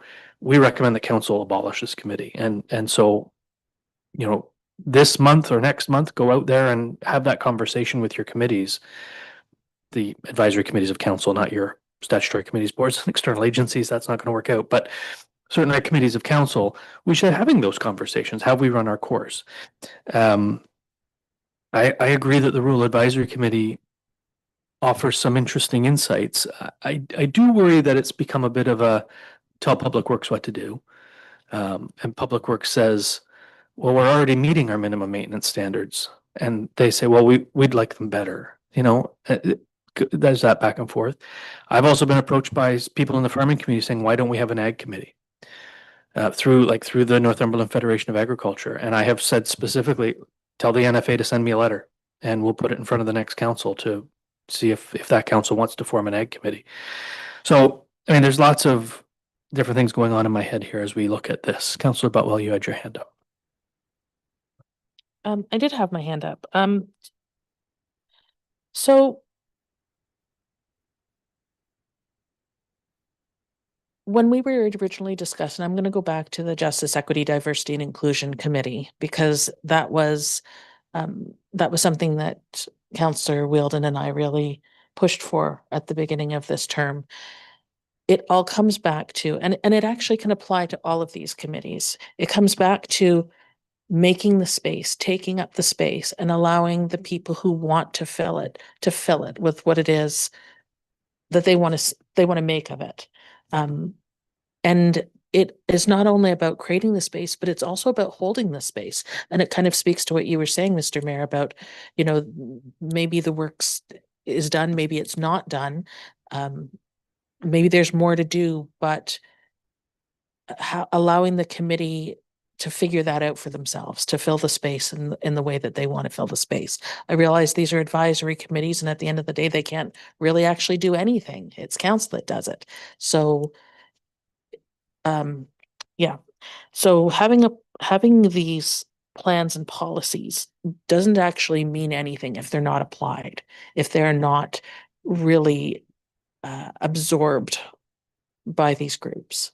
So, for example, and I'm not meaning to pick you out, Councillor Wielden. It's just you and I spoke about this briefly a couple of weeks ago, and you had told me that you and another committee member had gone to visit one of the other committees to bring a lens, or looking at their work through the lens of justice, equity, diversity, and inclusion. And it was met with resistance. And by the very fact that it was met with resistance tells me we need that committee. So I'll actually just leave it there, because I do not want to create drama where there really is none, but that was an example that stuck with me. Because that is a committee of this council. And it was met with a resistance on that committee. Councillor McCausland, thank you. Councillor McCausland. Thank you, Mr. Mayor. This is kind of just my take on it from looking at all of the advisory committees. I understand they are advisory committees, and we're wanting to turn it into a connected community working group. One thing that I look at is the homelessness task force that we have created.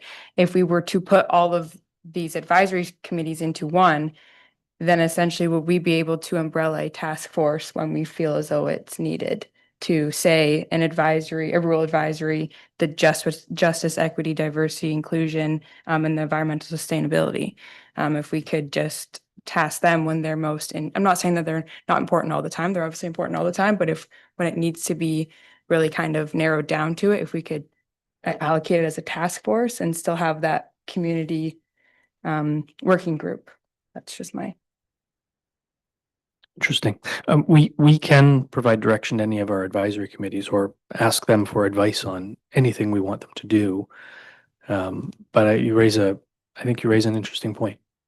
Should they all be task force? Should they all have an end goal? That's an interesting point. Councillor Rowley. I'm going to mull that one over. Councillor McCausland. Thank you, Mayor. As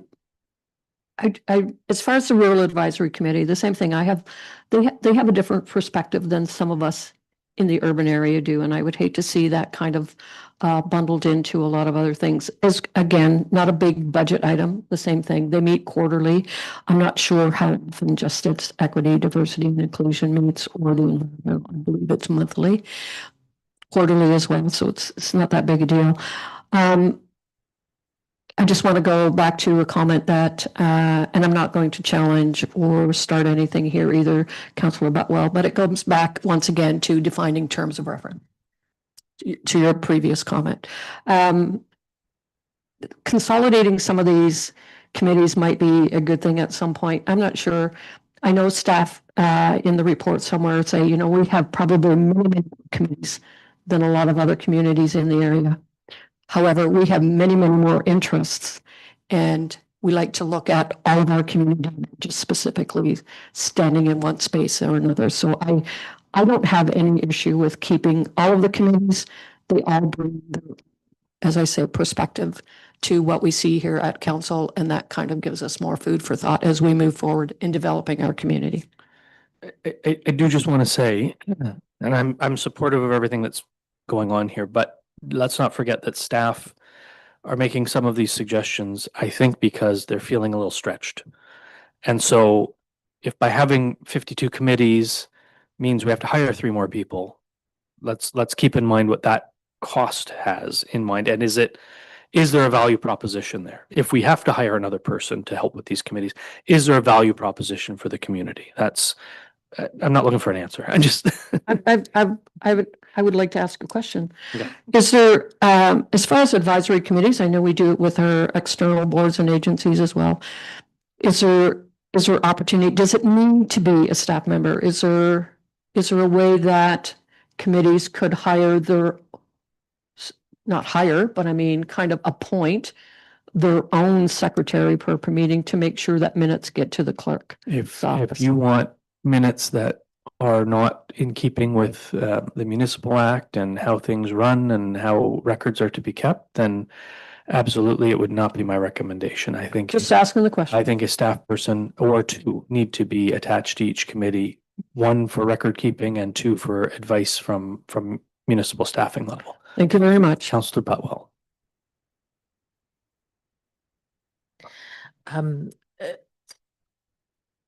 I realize that you are we prepared to spend some more money on more staff just for the sake of committees? Because that quantifies what it is we're talking about.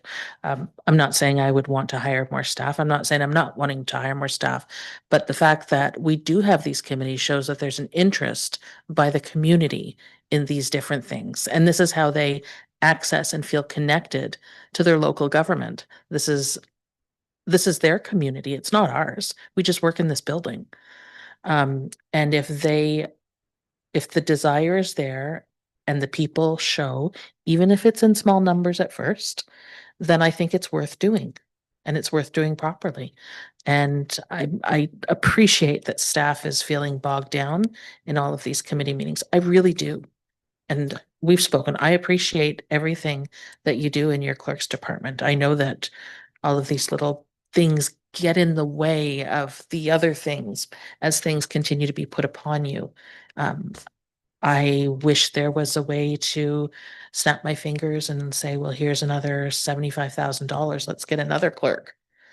There is a way to do that. You could do it at budget time. Okay. Well, should I be here next year? And perhaps we will be looking at somebody just to work with committees. Maybe there's a staff position that can be created and their job is simply to be there as support for committees. Discussion for next year. A great way for citizens to take some control of. And I agree with you. I'm a huge supporter of the committee structure system because it does give people a way of feeling engaged in their local democracy. And I love that we do this in this way. I wish, and I could agree with you more, if every time we ask people to apply for these positions, we had a robust outpouring of interest and not just, oh, well, thankfully somebody applied, which seems to be how it happens every time. And I would be even more agreeable to your comment if our committees had quorum show up every time, and we know they don't. And that's just a waste of everybody's time when we hold a meeting and you don't get quorum. Now you've wasted staff time, you've wasted your other committee members' time, and it's not cool. Councillor Wheeldon. Thank you, Mayor. That's along the lines of what I was going to say, is that people stop coming when they show up a certain number of times and the meeting gets canceled because we wait and not enough people come to have quorum. People stop volunteering for things because they joined the committee thinking they were going to get their hands dirty and do a bunch of stuff, and then found out that our job is to advise council, and council's not asking our advice.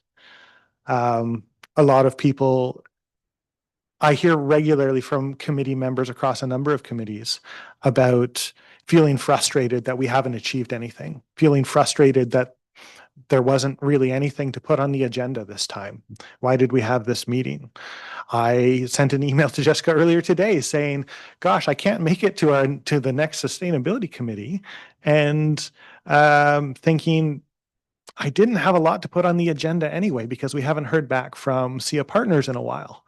So with all of that in mind, I understand why we don't get people knocking down our door to be part of our municipal government through our committees, because we tell them that they're needed, and then they find out through the slow movement of municipal bureaucracy that maybe they're not.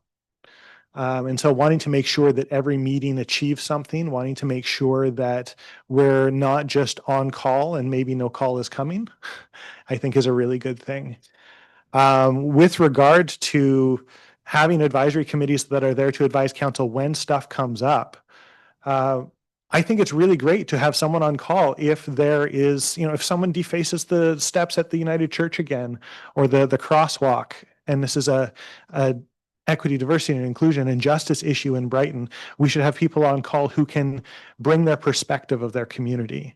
Or if there's a major rural issue, we should have someone on call who can bring that perspective. Meeting 4 times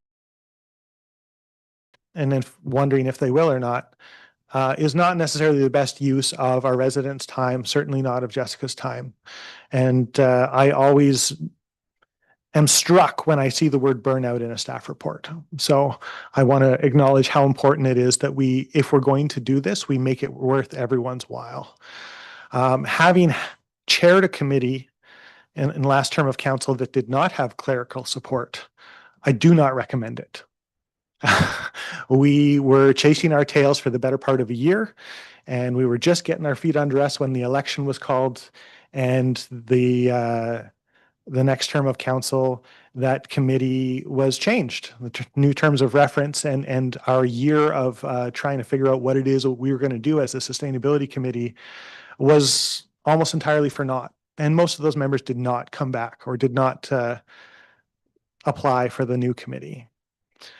So definitely want to make sure that what committees we have are well supported, well budgeted, well staffed, and well used. And that last one, I think, is the real kicker. So I'm glad that we're talking about reviewing terms of reference. With regard to the rural committee, definitely I think it's important to have that voice, but I also want to appreciate the language that was in this report about that. With regard to the possibility that by having a special rural committee, we are maintaining the last vestiges of the divide between Brighton Town and Brighton Township. And not to pick on our friends in Port Hope, but I have noticed that they have much larger divide along those lines, rural and urban.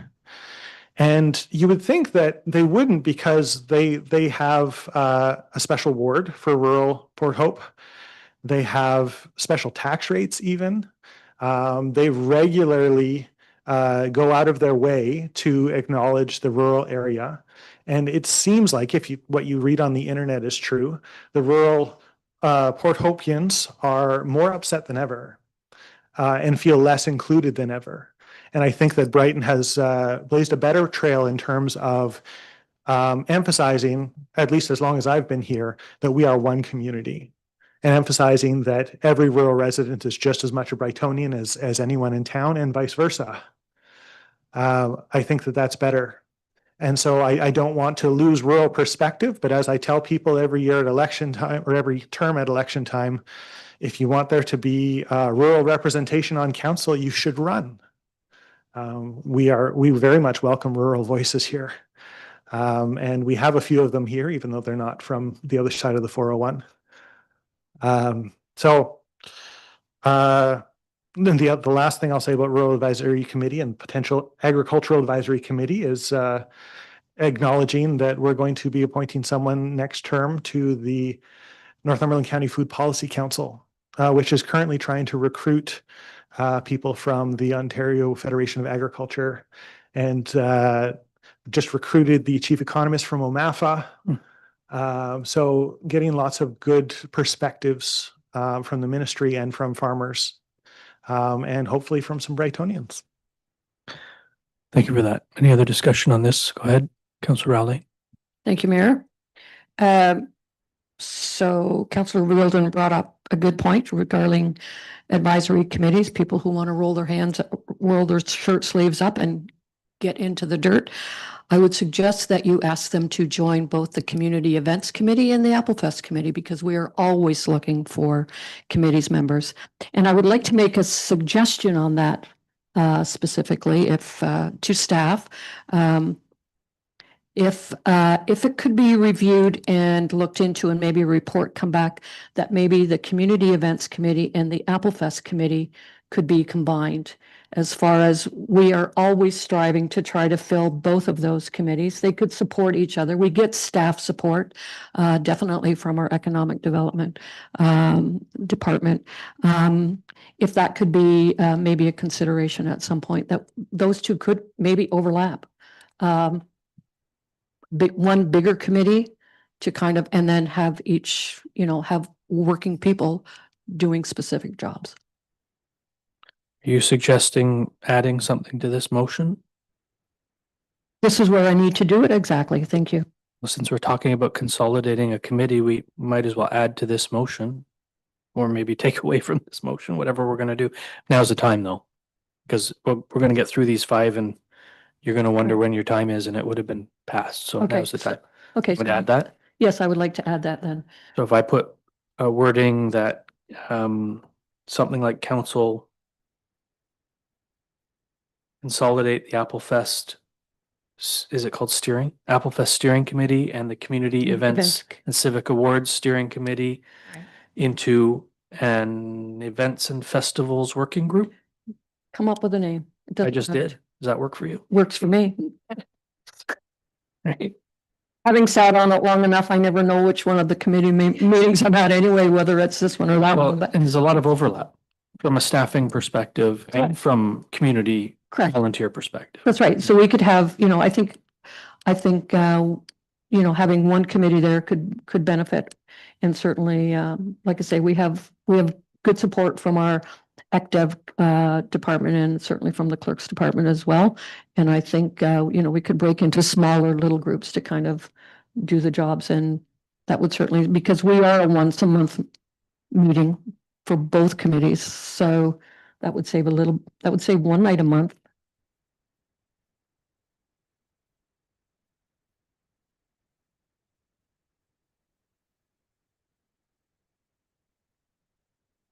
No, I'm sorry. We 4:30, 5:30, sometimes after hours, correct? Discussion for members of council on the now broader discussion. Go ahead, Councilor Wright. I'm not entirely clear where we are with consolidating the 3 that were originally in this line. I'm sort of hearing more along the lines that maybe those 3 need to be let go of entirely. That's more the sense that I'm getting from what everybody's saying. Is my brain making that up? Yeah, I'm hearing the opposite as well. Are you? Okay. Yeah, I'm hearing that we don't want to consolidate those, although we haven't changed the motion, so I won't call the vote until we have that conversation. The motion still reads that we're going to combine them into one, but the conversation I'm hearing is, well, some people are saying, why are we doing this? And others are saying we should just leave them as 3 different advisory committees. And I like the idea of a connected community working group. I think there's opportunity here, but I worry that it waters things down. Although I also think that the Justice, Equity, Diversity, Inclusion Committee is intended to be that committee that says, folks, we welcome everybody. We welcome everybody in this community. Doesn't matter who you are, what you look like, or who you love, et cetera, et cetera. And I think that's what a connected community working group would do as well, as long as it had a very specific DEI, EDI, whatever you want to call it, mandate in its terms of reference. So I'm talking myself in and out of things here. Councillor Botwell. So I look at rural advisory, justice, equity, diversity, and inclusion, and environmental sustainability advisory committee. Those groups don't really have anything to do with each other. It's like just you grab the ones that you think maybe we might like to do without, or they're getting a little bit too annoying, and throw them all into one pile. That's exactly what it feels like. It feels like, let's pick the weakest link. Yeah. We're picking the weakest link and we're going to throw them into one group and call it something nice and friendly. And then everyone will go for it. But I do not agree with lumping these groups together in a community working group. I like the name. I'm sure it's got a future, but maybe it needs some social. We say no. Well, maybe it needs more socializing. So I'm actually going to, how do I do this? I'd like to amend the motion that the Justice, Equity, Diversity and Inclusion Advisory Committee, the Environmental Sustainability Committee, and the Rural Advisory Committee, I guess I'm just voting against it. Yeah. Not be, but we may be adding in. We've just added and Added council something. consolidate the Apple Fest and community events into one committee. So then what I would suggest is that we take number 4, leave it as is, allow people to vote for it or vote against it. And I will be calling for a recorded vote on that, and add in the events committee and Apple Fest steering and community whatnot. Add a new number 6 We can't do that. We've divided a motion of 5 into 5. into 5. We can add to the one of them, but we can't vote against it and then add a 6th in a divided motion. That would have to come forward as a separate notice. of motion. Well, then So- we'll do it that. So today, I guess we could do it that way. We got lots of time. It's not going to change anything. Yeah. Yeah. Yeah. Go ahead, Councilor Wheeldon. The thing that I see that brings these 3 together is that they are standing advisory committees on particular issues. And so they're there to flag things for council's attention that might be about their particular issue. So it's about perspective and offering advice to council in that regard. So if there is a justice issue that pops up in Brighton, then there needs to be somebody who can notice that and notify someone of that. And I don't think it would be appropriate for members of the public to call up our HR department at the municipality saying there's been a hate crime or something like that, right? I wonder about if decreasing frequency of meetings for those kinds of committees without combining them could avoid diluting their purpose, as the mayor pointed out, while still reducing the workload for staff. I have been on committees before that meet as needed and never met. That said, does never met mean that nothing ever happened, or does never met mean that we have a structure that we don't use? So I'm not sure that we can redesign these tonight in a way that would achieve all of our goals. And for that reason, I think that the emphasis on reviewing terms of reference in point 5 would do more than the consolidation in point 4. So I would suggest that we keep the consolidation of the events and Applefest, as Councillor Rowley suggested, and strike out the other 3 from the consolidation motion. So strike out the original wording and leave the Applefest and community events Just consolidation. replacing the first 3 with the next 2. Councilor Rowley, you're the mover. How do you feel about that? Well, I'm even more confused now than I was a few minutes ago. So my wish is, regardless of whether Councillor Butwell calls a recorded vote, I'm going to leave 3 alone and combine 2. Yeah, That's what you said? Yeah. It can wait for another meeting as well. Okay, go for a notice of motion. Either we can strike the original wording and change it to that the council consolidate Applefest and community events and vote on that. Or we can leave the original motion and vote on that and bring a notice of motion at a later date, up to council. We could deal with it tonight though, if you want. Councilor Wright. I'd almost like to refer it back to staff for a better idea. This is their idea. I know this is their idea. It's not fair to do. Go ahead, CAO. Through you, Mr. Mayor, I almost don't disagree with Councillor Wright. So essentially what you're talking about right now is taking staff's advice, who represents these committees, who sees it with every committee, the lack of quorum, the number of staff members that attend. Unfortunately, a lot of these committees don't just want somebody from the clerk's department. They want our senior staff, which is something that we have to address. We have to address the communication because these committees aren't coming back to council. They don't have clear mandates. So staff is saying they're not running effectively. And the two committees that we don't want to touch that are running effectively, you want to consolidate. So I'm struggling a little bit with where this is going. We don't know if these committees are interested in consolidating, but they do good work individually, and that's why staff's not recommending any changes. So before we go ahead and do that, I think it's worth having a conversation with those committees to be sure. Those committees too are, and I will say it, a large drain on staff when they meet because they want everybody there. So again, we have to go back to the communication. The clerk's department and potentially somebody from the economic development department can take that information and share it with staff. And I think that's where we get into the situation where staff feel like they're being directed by committees. So where we're going right now, I have some concern because it's the complete opposite of what staff is recommending and staff, and it's not me. So I know when we were talking about the consolidation, you were looking at me. I don't attend the committee meetings. So, we're taking it from those that are there at each meeting and going the other way. So if we need more information, if we need draft terms of references, something else to give you a little more insight, then maybe that's where we should go. Councillor Wright, would you like to put a motion to refer the motion on the floor? Refer it to staff. I'm just sorry. I'm hearing like that whole thing, and you said it as well, where people aren't showing up. You're not getting quorum. You've worked through and you've done what could be done. Like that, you're feeling like the job is done for two of the three committees.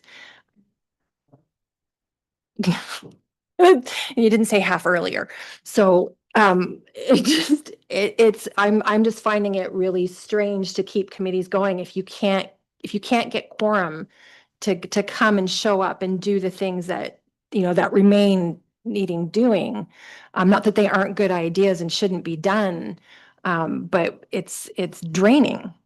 So that's, I think, where my brain was going, where it felt like we were having a conversation where it needed to be let go. In terms of Applefest and the community events, I've sat on both, and I'm thinking those are huge wheels, like cogs in the machine that work really well, and they take up a significant amount of time, each of them in their own space. And I can't honestly see them. Not that they don't mesh well in certain ways, but I could see it bogging like right down and slowing things down where things, move along tickety-boo in each committee. So I'm just very confused. I will let council know that the chair of the Applefest committee did reach out to me and also made this suggestion, FYI. Just throwing that out there, yeah. Interesting.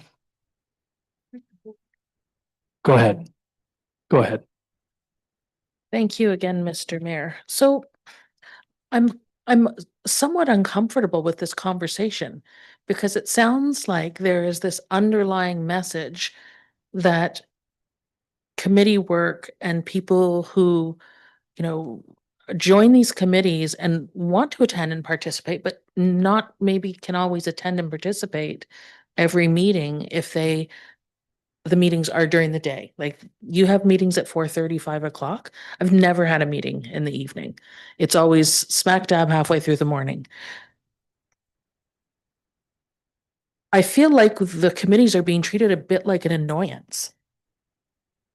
That's this underlying, like, well, they're not that effective anyways, and they take up staff time. And I know they take up staff time, and I know that it's difficult to be effective. I kind of then have to put the mirror up to our face.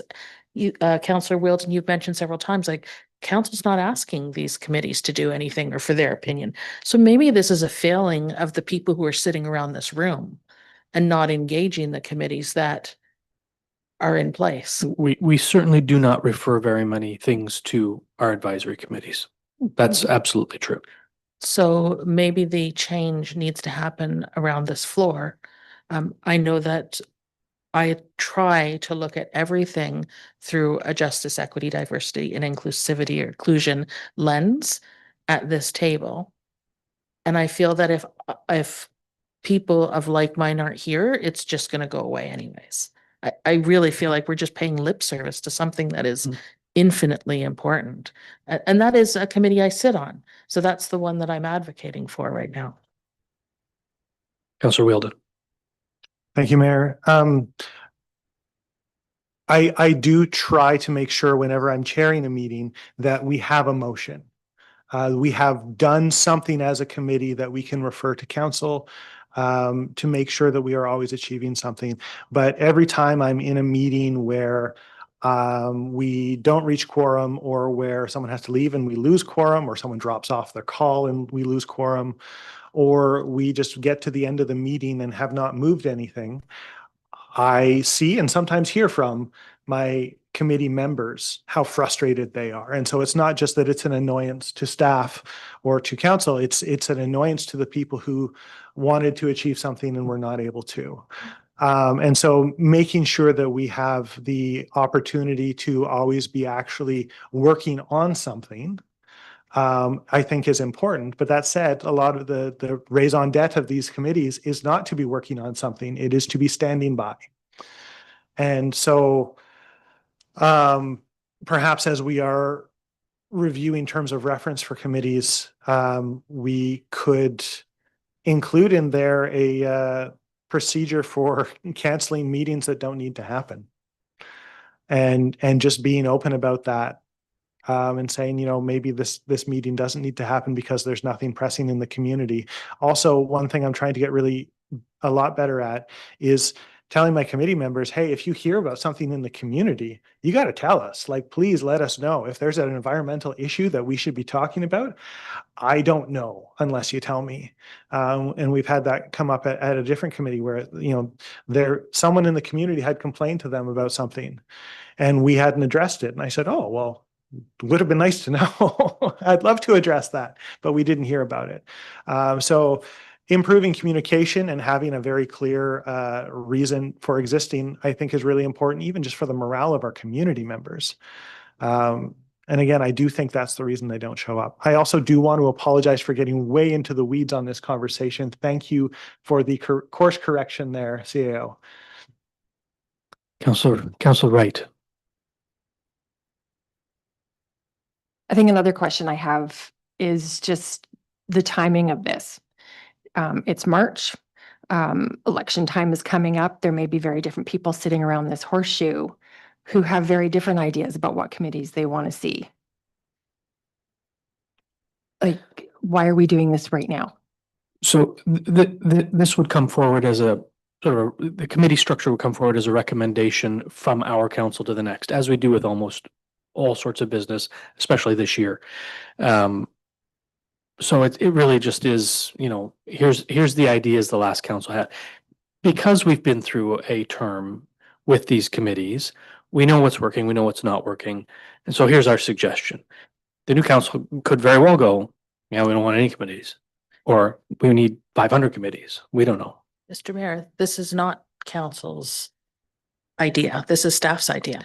It's about to be council's idea. Right. There's a recommendation from staff. Right. Council will make this decision one way or t'other, right? Yeah. So then perhaps we should just call the vote. We'll get there. Councilor Rowley. I just want to make maybe a tough comment here. I want to bring up quorum. It seems to be, and lack of sometimes courteous communication to staff. Every committee, every agenda I get, it says, please notify staff whether or not you can't come. And what happens, we do, and some people just don't. Committee members, whatever. And I think that needs to be driven home a little bit tougher as well. That it's, it's like, I can come, okay, you're here. And then at the last minute, one or two don't show up. Life gets in the way, I understand that. But I think at times too, that we sometimes miss sending that little courtesy to say, yep, I'm going to be here, or no, I can't make it. And you get 3 of those and okay, there's no meeting. It's good for everybody. We need to show a little more common courtesy at times. Communication. Deputy Clerk. Thank you, Mr. Mayor, through you.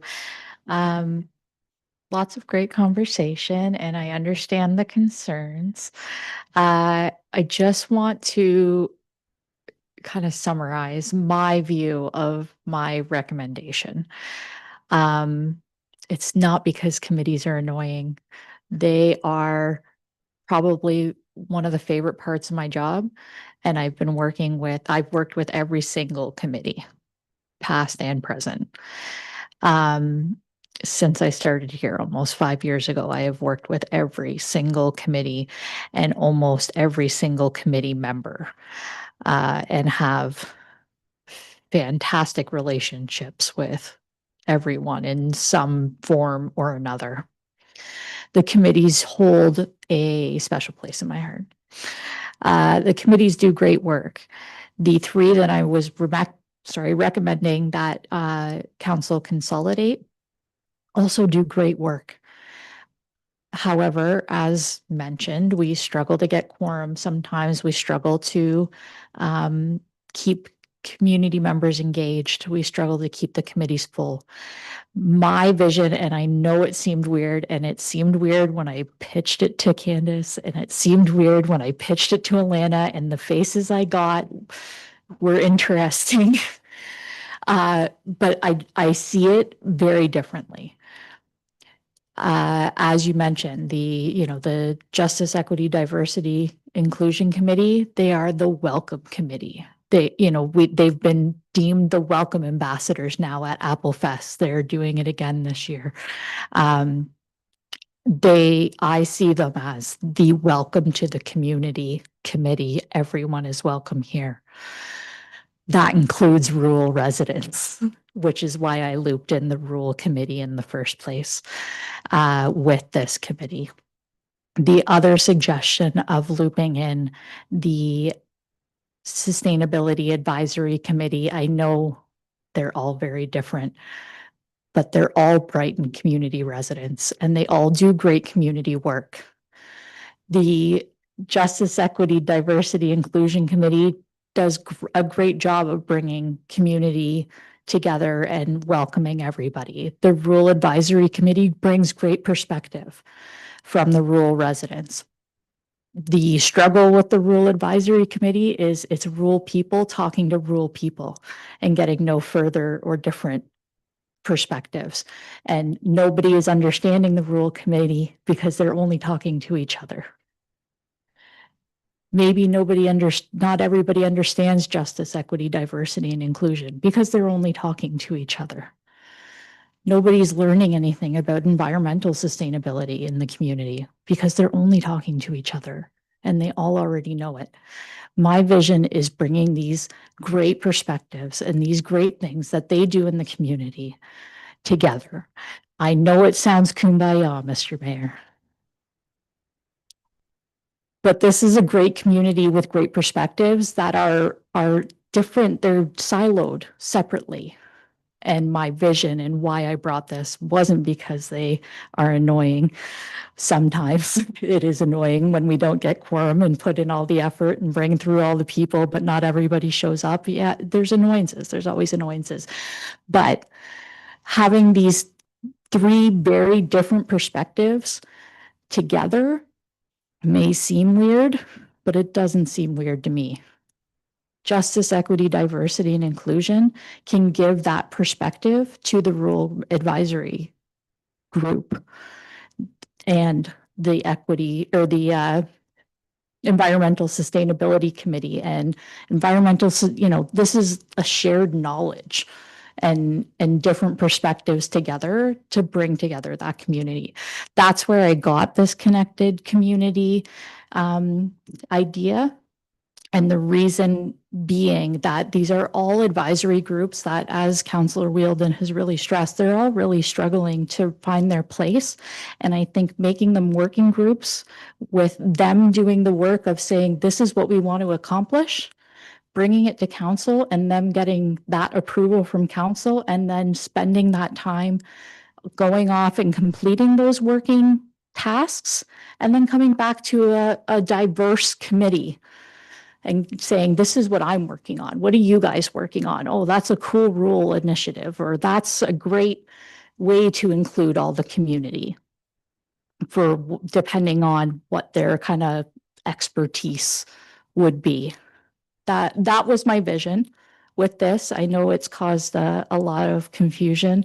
Maybe had I done terms of reference, it may have helped, but I didn't want to put together a terms of reference without, honestly, this conversation.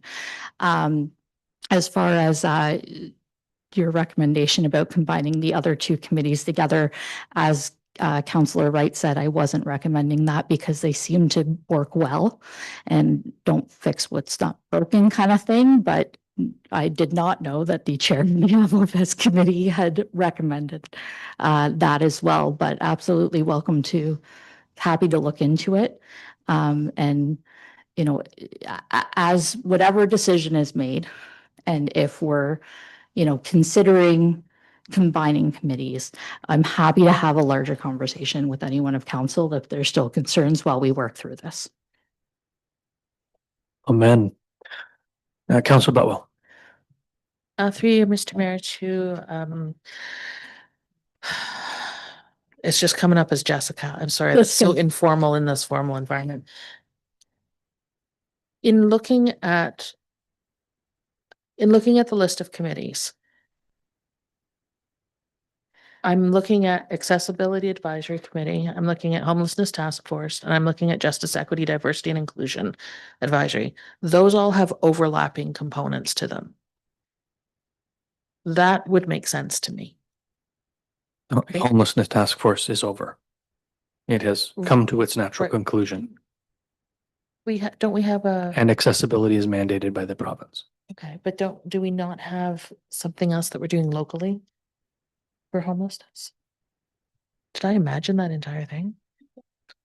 And we have community members on that committee locally here. We had a homelessness task force. It was mandated to do a specific job, come up with a report. The report has been delivered. Okay, so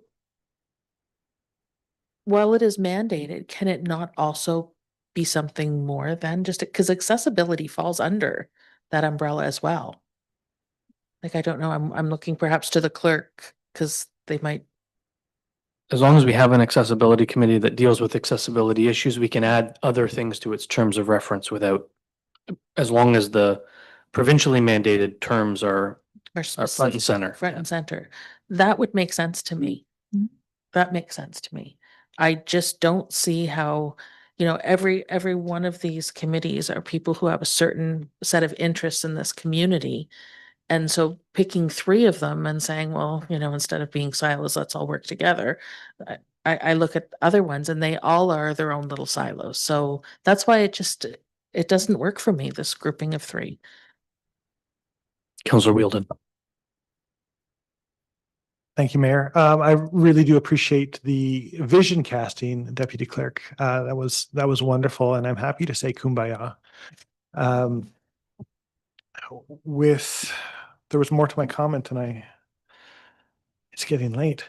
I love the vision of getting people out of silos and having it be really oriented around bringing perspective and new ideas.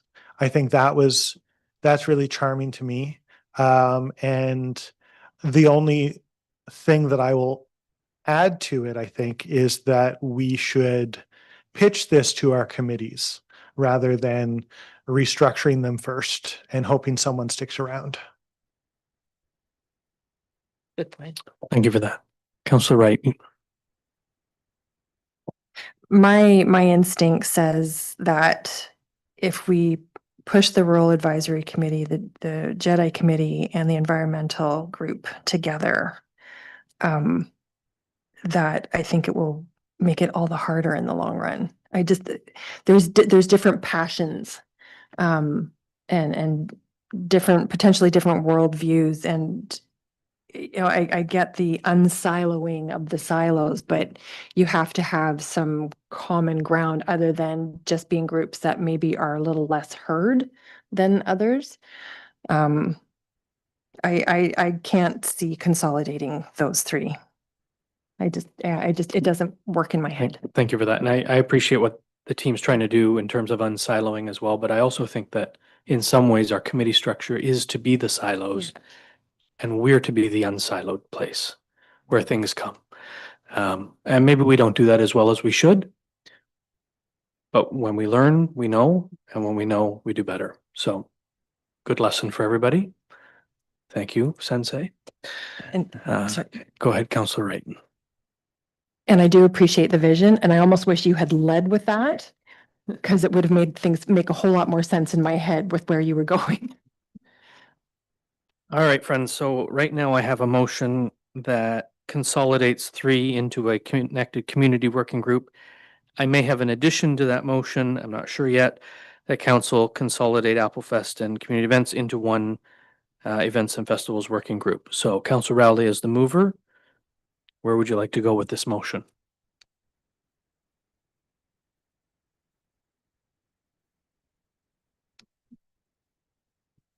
Into the microphone. I know you don't have it on. Maybe you don't want it on yet. What do I want to do? May I ask a question of staff? Of course. Regarding, regardless of who it will be, Jessica or the CAO, regarding the combining of Applefest and community events. Do you want to look at that first? CAO? Through you, Mr. Mayor, to Councillor Rowley, I think based on the deputy clerk's comments, just that she'd be happy to look into it. I'm not sure how the events committee will feel. I've had limited dealings. I did have a meeting with the chair of the events committee not too long ago who gave me all kinds of insight. I would just want to ensure that those two groups were that we could find that alignment. And I'm speaking with very little background knowledge. Okay. So my concern with this is I know getting to the end of this year, these two committees are going to run well and fine, and everything's going to be done for the community that can possibly be done. My concern is 2027 and onward. And that's maybe where the comment, because I think it has been a struggle this whole term to get enough volunteers to fill both committees. And I think it's going to be a concern going forward with not only those two committees, but with other committees as well. That's a big concern to me. So we heard we're not asking our committees for enough advice. I'm thinking maybe we should refer this motion to the 5 committees we're discussing tonight and ask them to offer their advice. Certainly wouldn't hurt. Might give them a reason to meet. That's a lot of money for worried about saving money. If you draft that motion, that would be something I think that I could probably get my head around a little bit better.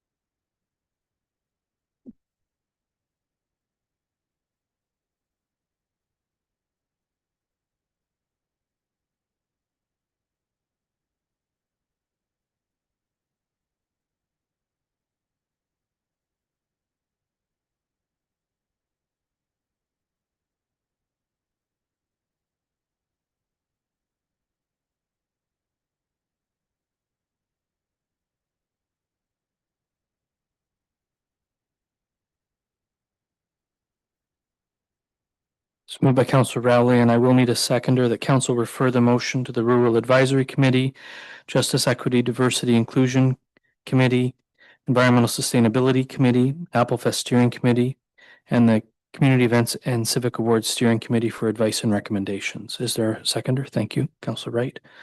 Discussion? No, there's no discussion on the referral. All those in favor? Any opposed? That motion's carried.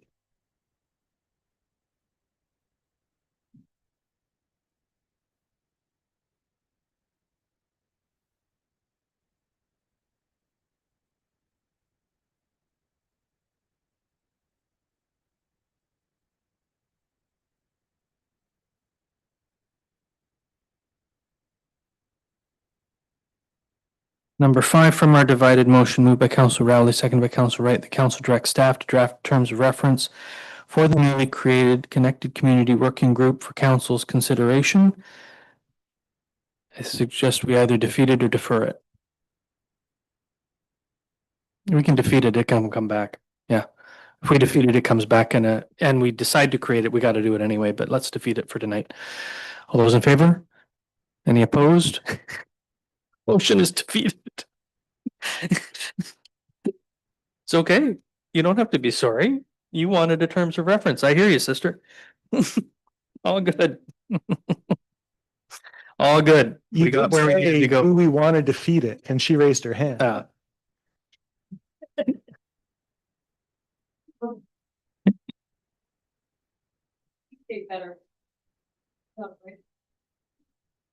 My microphone's on. The next report is financial assistant for busing, CAO Arthur's report. Do you have anything to add or highlight? No, Mr. Mayor, I do not. I have a motion moved by Councillor Butwell, seconded by Councillor Rowley, that council approve a total allocation of $15,000 for busing and other initiatives for its 3 public schools for the balance of 2026 to be funded through the Youth Initiative Fund, and that staff continue to work on the proposed administration and approval of this program to be included in the upcoming grants and aid report to council. Is there any discussion? Councillor Butwell. I just want to say that this is one thing that makes me really happy because I know how expensive busing is, and those 2 rural schools don't have the opportunity to do so much because they got a bus everywhere. So it's fantastic. And to be fair to the larger school, they have that many more students to bus, to Presqu'île or to Goodrich Loomis or wherever, right? And yes, they have walking opportunities, but it's 3 times the size of the other 2 schools separately, not combined. Yeah. All those in favor? Being none opposed, that motion's carried.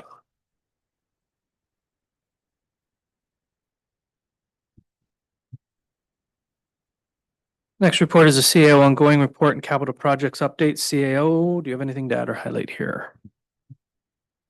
No, Mr. Mayor, I do not. Thank you. A motion moved by Councillor Butwell, seconded by Councillor Wright.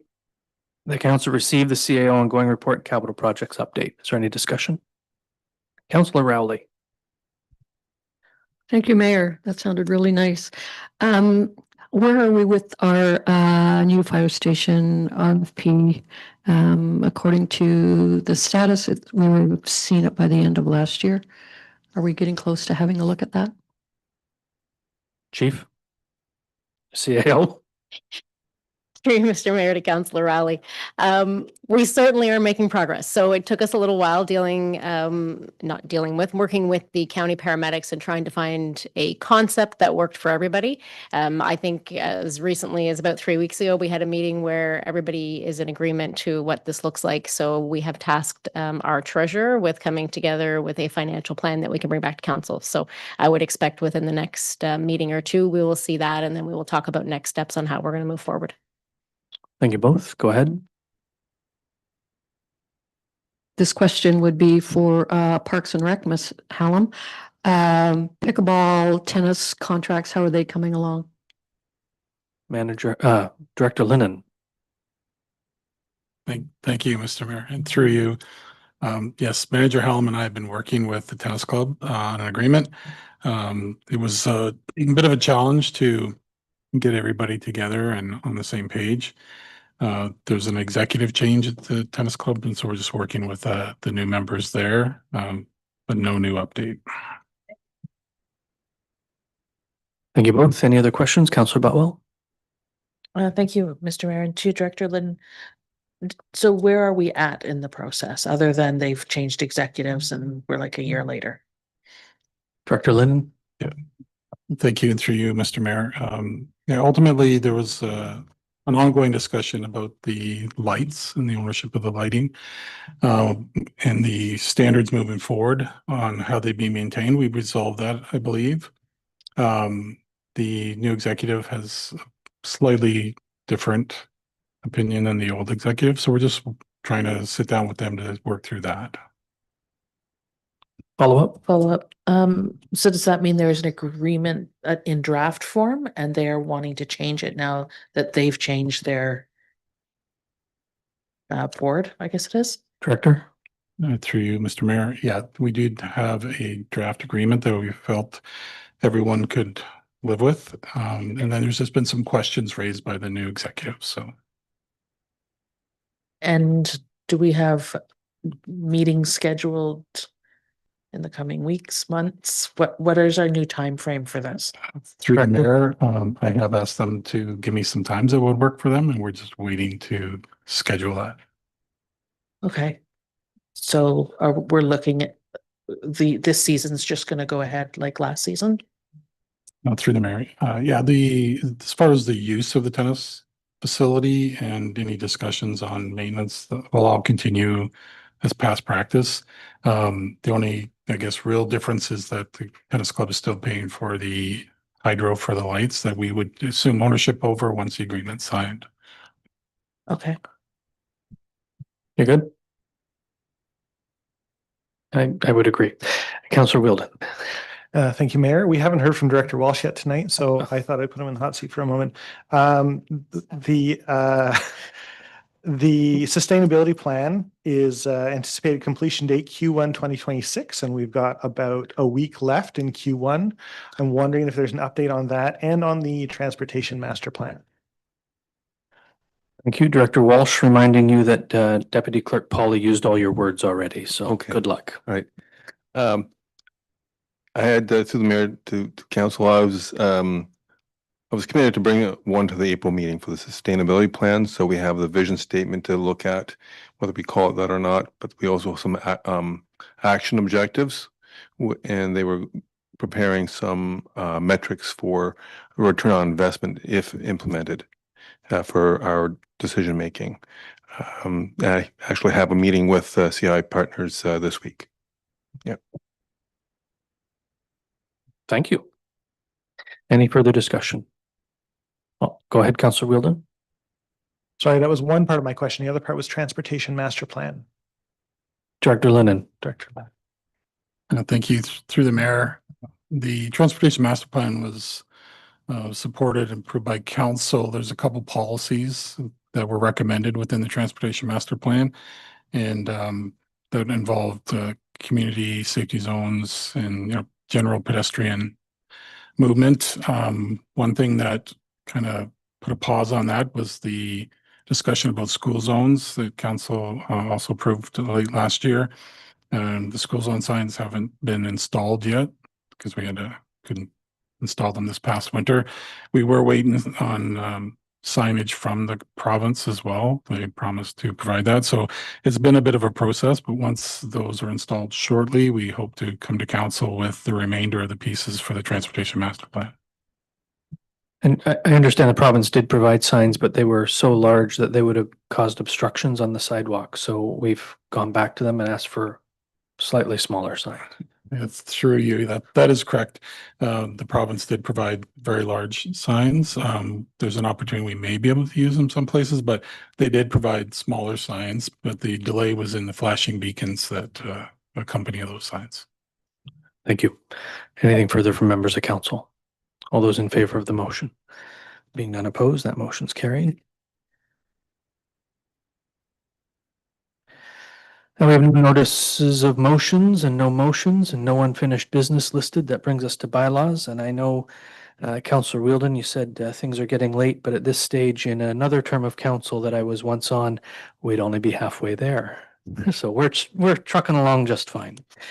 The first bylaw is bylaw with regard to the 2026 general fees and charges. It's moved by Councillor Rowley, seconded by Deputy Mayor Anderson, that council gives a bylaw its first, second, and third reading and finally passes on this date. Being a bylaw to establish 2026 general fees and charges for the municipality of Brighton effective April 1st, 2026. Is there any discussion? All those in favor? Any opposed? That motion is carried.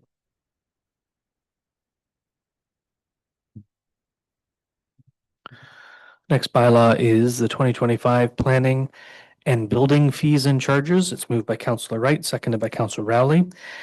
The council gives a bylaw its first, second, and third reading and finally passes on this date, being a bylaw to establish 2025 planning and building fees and charges for the municipality of Brighton effective April 1st, 2026. Is there any discussion? All in favor?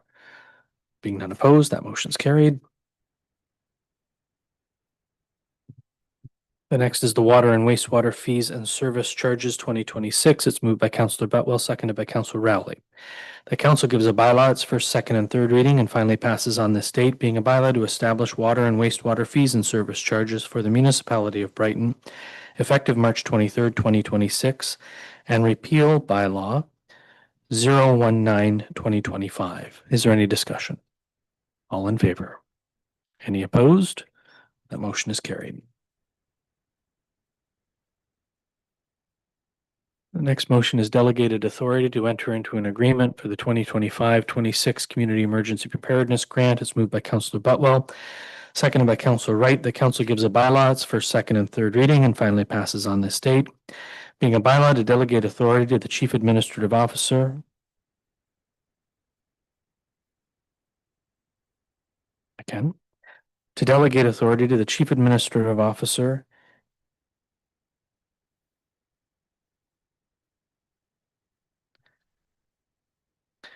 and the Fire Chief to execute documents related to the 2025-26 Community Emergency Preparedness Grant. Councillor Betwell, we have changed the word municipal clerk to fire chief as requested by the municipal clerk. Are you okay with that as the mover?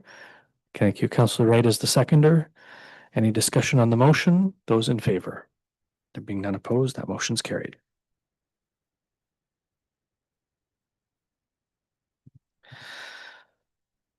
Next bylaw is with regard to the appointment of area weed inspectors.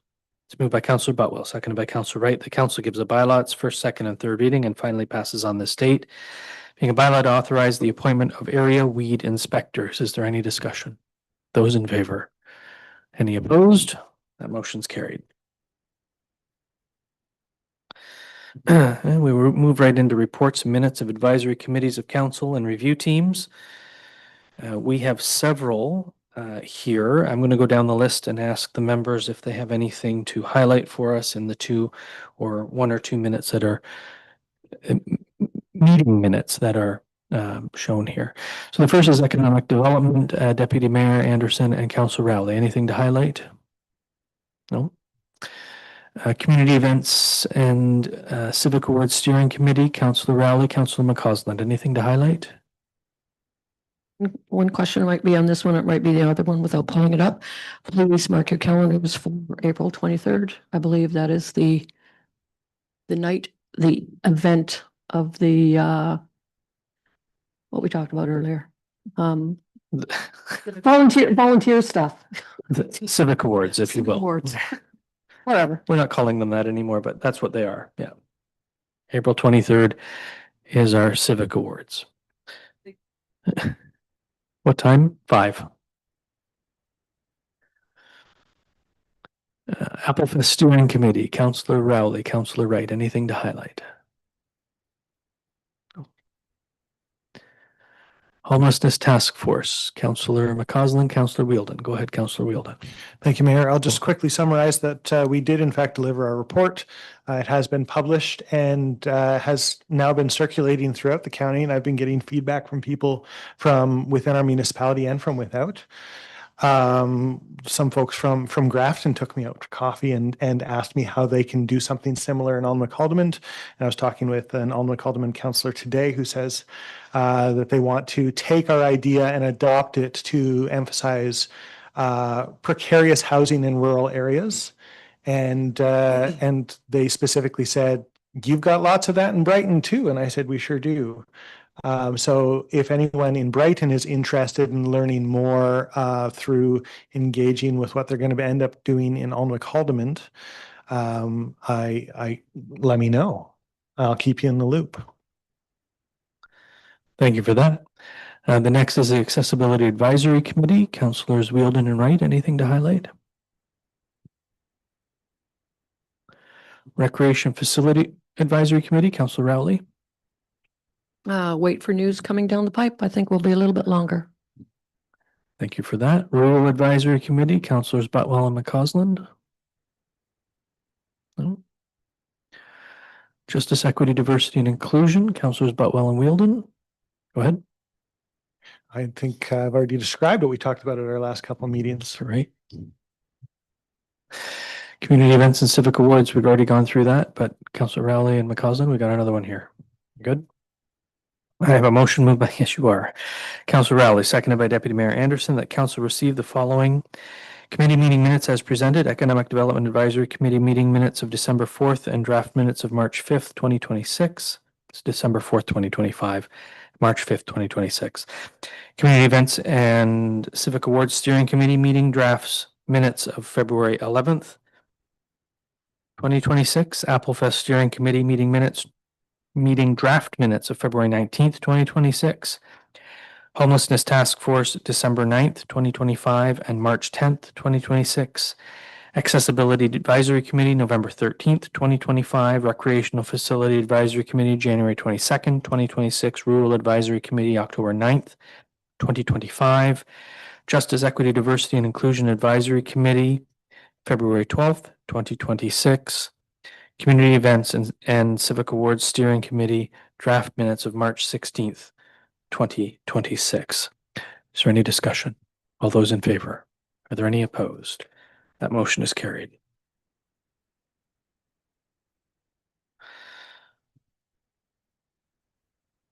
Bringing us to reports and minutes of statutory committees, boards, and external agencies. The only one here listed is the Brighton Curling Club. Councillor Rowley, anything to highlight? Thank you. It's moved by Councillor Rowley, seconded by Deputy Mayor Anderson. The council received the following Brighton and District Curling Club meeting minutes as presented: November 24th, 2025, January 26th, 2026. Is there any discussion? Those in favor? There be any opposed? That motion is carried. Carrying forward to correspondence, direction items, endorsements, communications, and petitions. The first comes from the town of Englehart. It's moved by Councillor Butwell, seconded by Councillor Wright. That council support or receive the request for support from the town of Englehart regarding motion of support of the Association of Municipalities of Ontario to maintain the current OMERS governance model. And the word support is circled, but not in the right spot. So I'm assuming someone wants to support this motion. Is that correct? Councillor Butwell is the mover. Councillor Wright, you're okay with that? Any discussion? Well, in fairness, the word support does appear 3 times in the motion, in a very tiny motion. All those in favor? Any opposed? That motion's carried.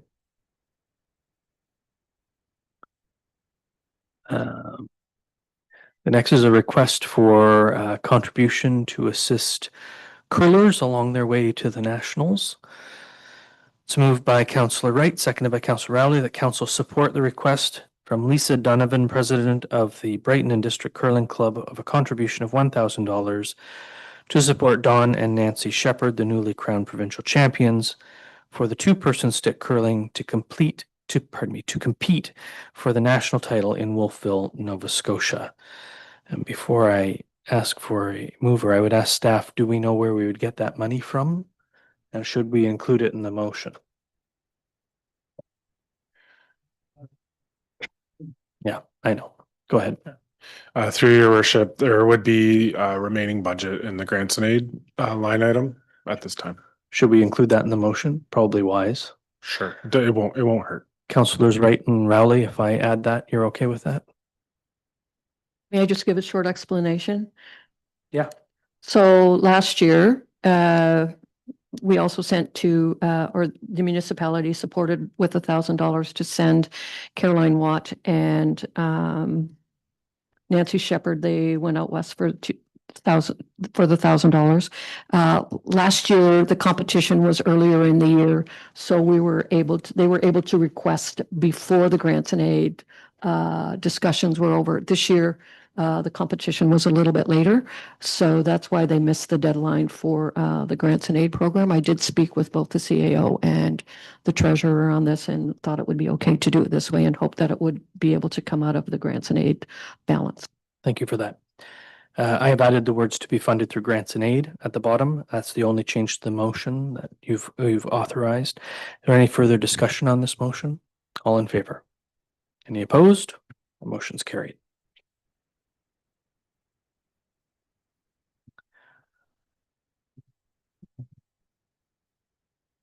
The next is a request for support from the Township of McNabb Braeside. It's moved by Councillor Rowley, seconded by Councillor Wright. The council support the request from the Township of McNabb Braeside regarding modernization of the Ontario Heritage Organization Development Grant. Is there any discussion? All in favor? Are there any opposed? That motion's carried.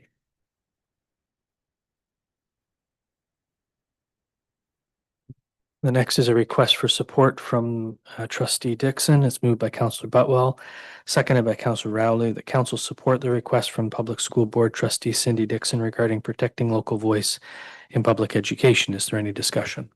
Councillor Wheeldon.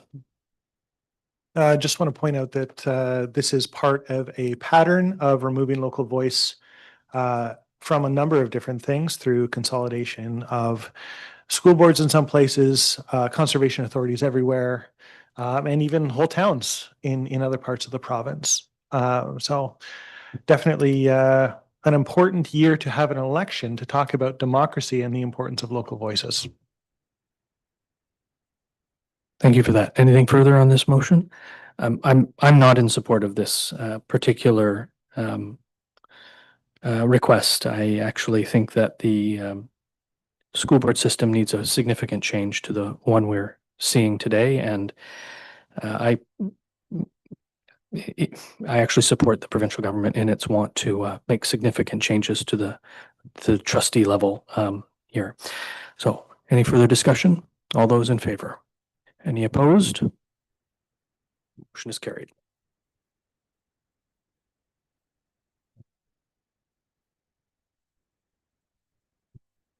The next is correspondence from Jim Kovacs and Sandy Fawcett Kovacs. It's moved by Councillor Wright, seconded by Councillor Rowley. The council receive and refer to staff correspondence from Jim Kovacs and Sandy Fawcett Kovacs regarding beaver trapping. Is there any discussion? All those in favor? Any opposed? That motion's carried.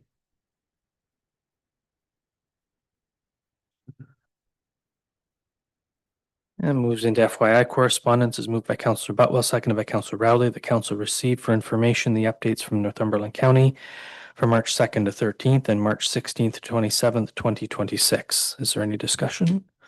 Go ahead, Councillor Rowley. Just want to draw your attention to the first report, March 2nd to the 13th, the Awareness Month for Amyloidosis. Having had a family members suffer and succumb to this disease, it is not fun. And so it's glad to see that it's being recognized a little bit. It's kind of a strange disease to have, but like I said, it is, it's not good. Thank you for that. Anything further on this motion? All those in favor? Any opposed? That motion's carried. That brings us to question period. Is there anyone in the gallery that has a question with anything that appeared on tonight's agenda? There are none noted. Madam Deputy Clerk, anyone online for that purpose? Brings us to our confirmatory bylaws, moved by Councillor Butwell, seconded by Councillor Rowley. The council gives a bylaws for second and third reading and finally passes on this date. Being a bylaw to confirm the proceedings of the Corporation of the Municipality of Brighton Council meeting held on March 23rd, 2026. Is there any discussion? All in favor? Being none opposed, that motion's carried. And finally, a motion moved by Councillor Rowley, seconded by Deputy Mayor Anderson, that the March 23rd, 2026 council meeting adjourn at 9:02 p.m. Is there any discussion?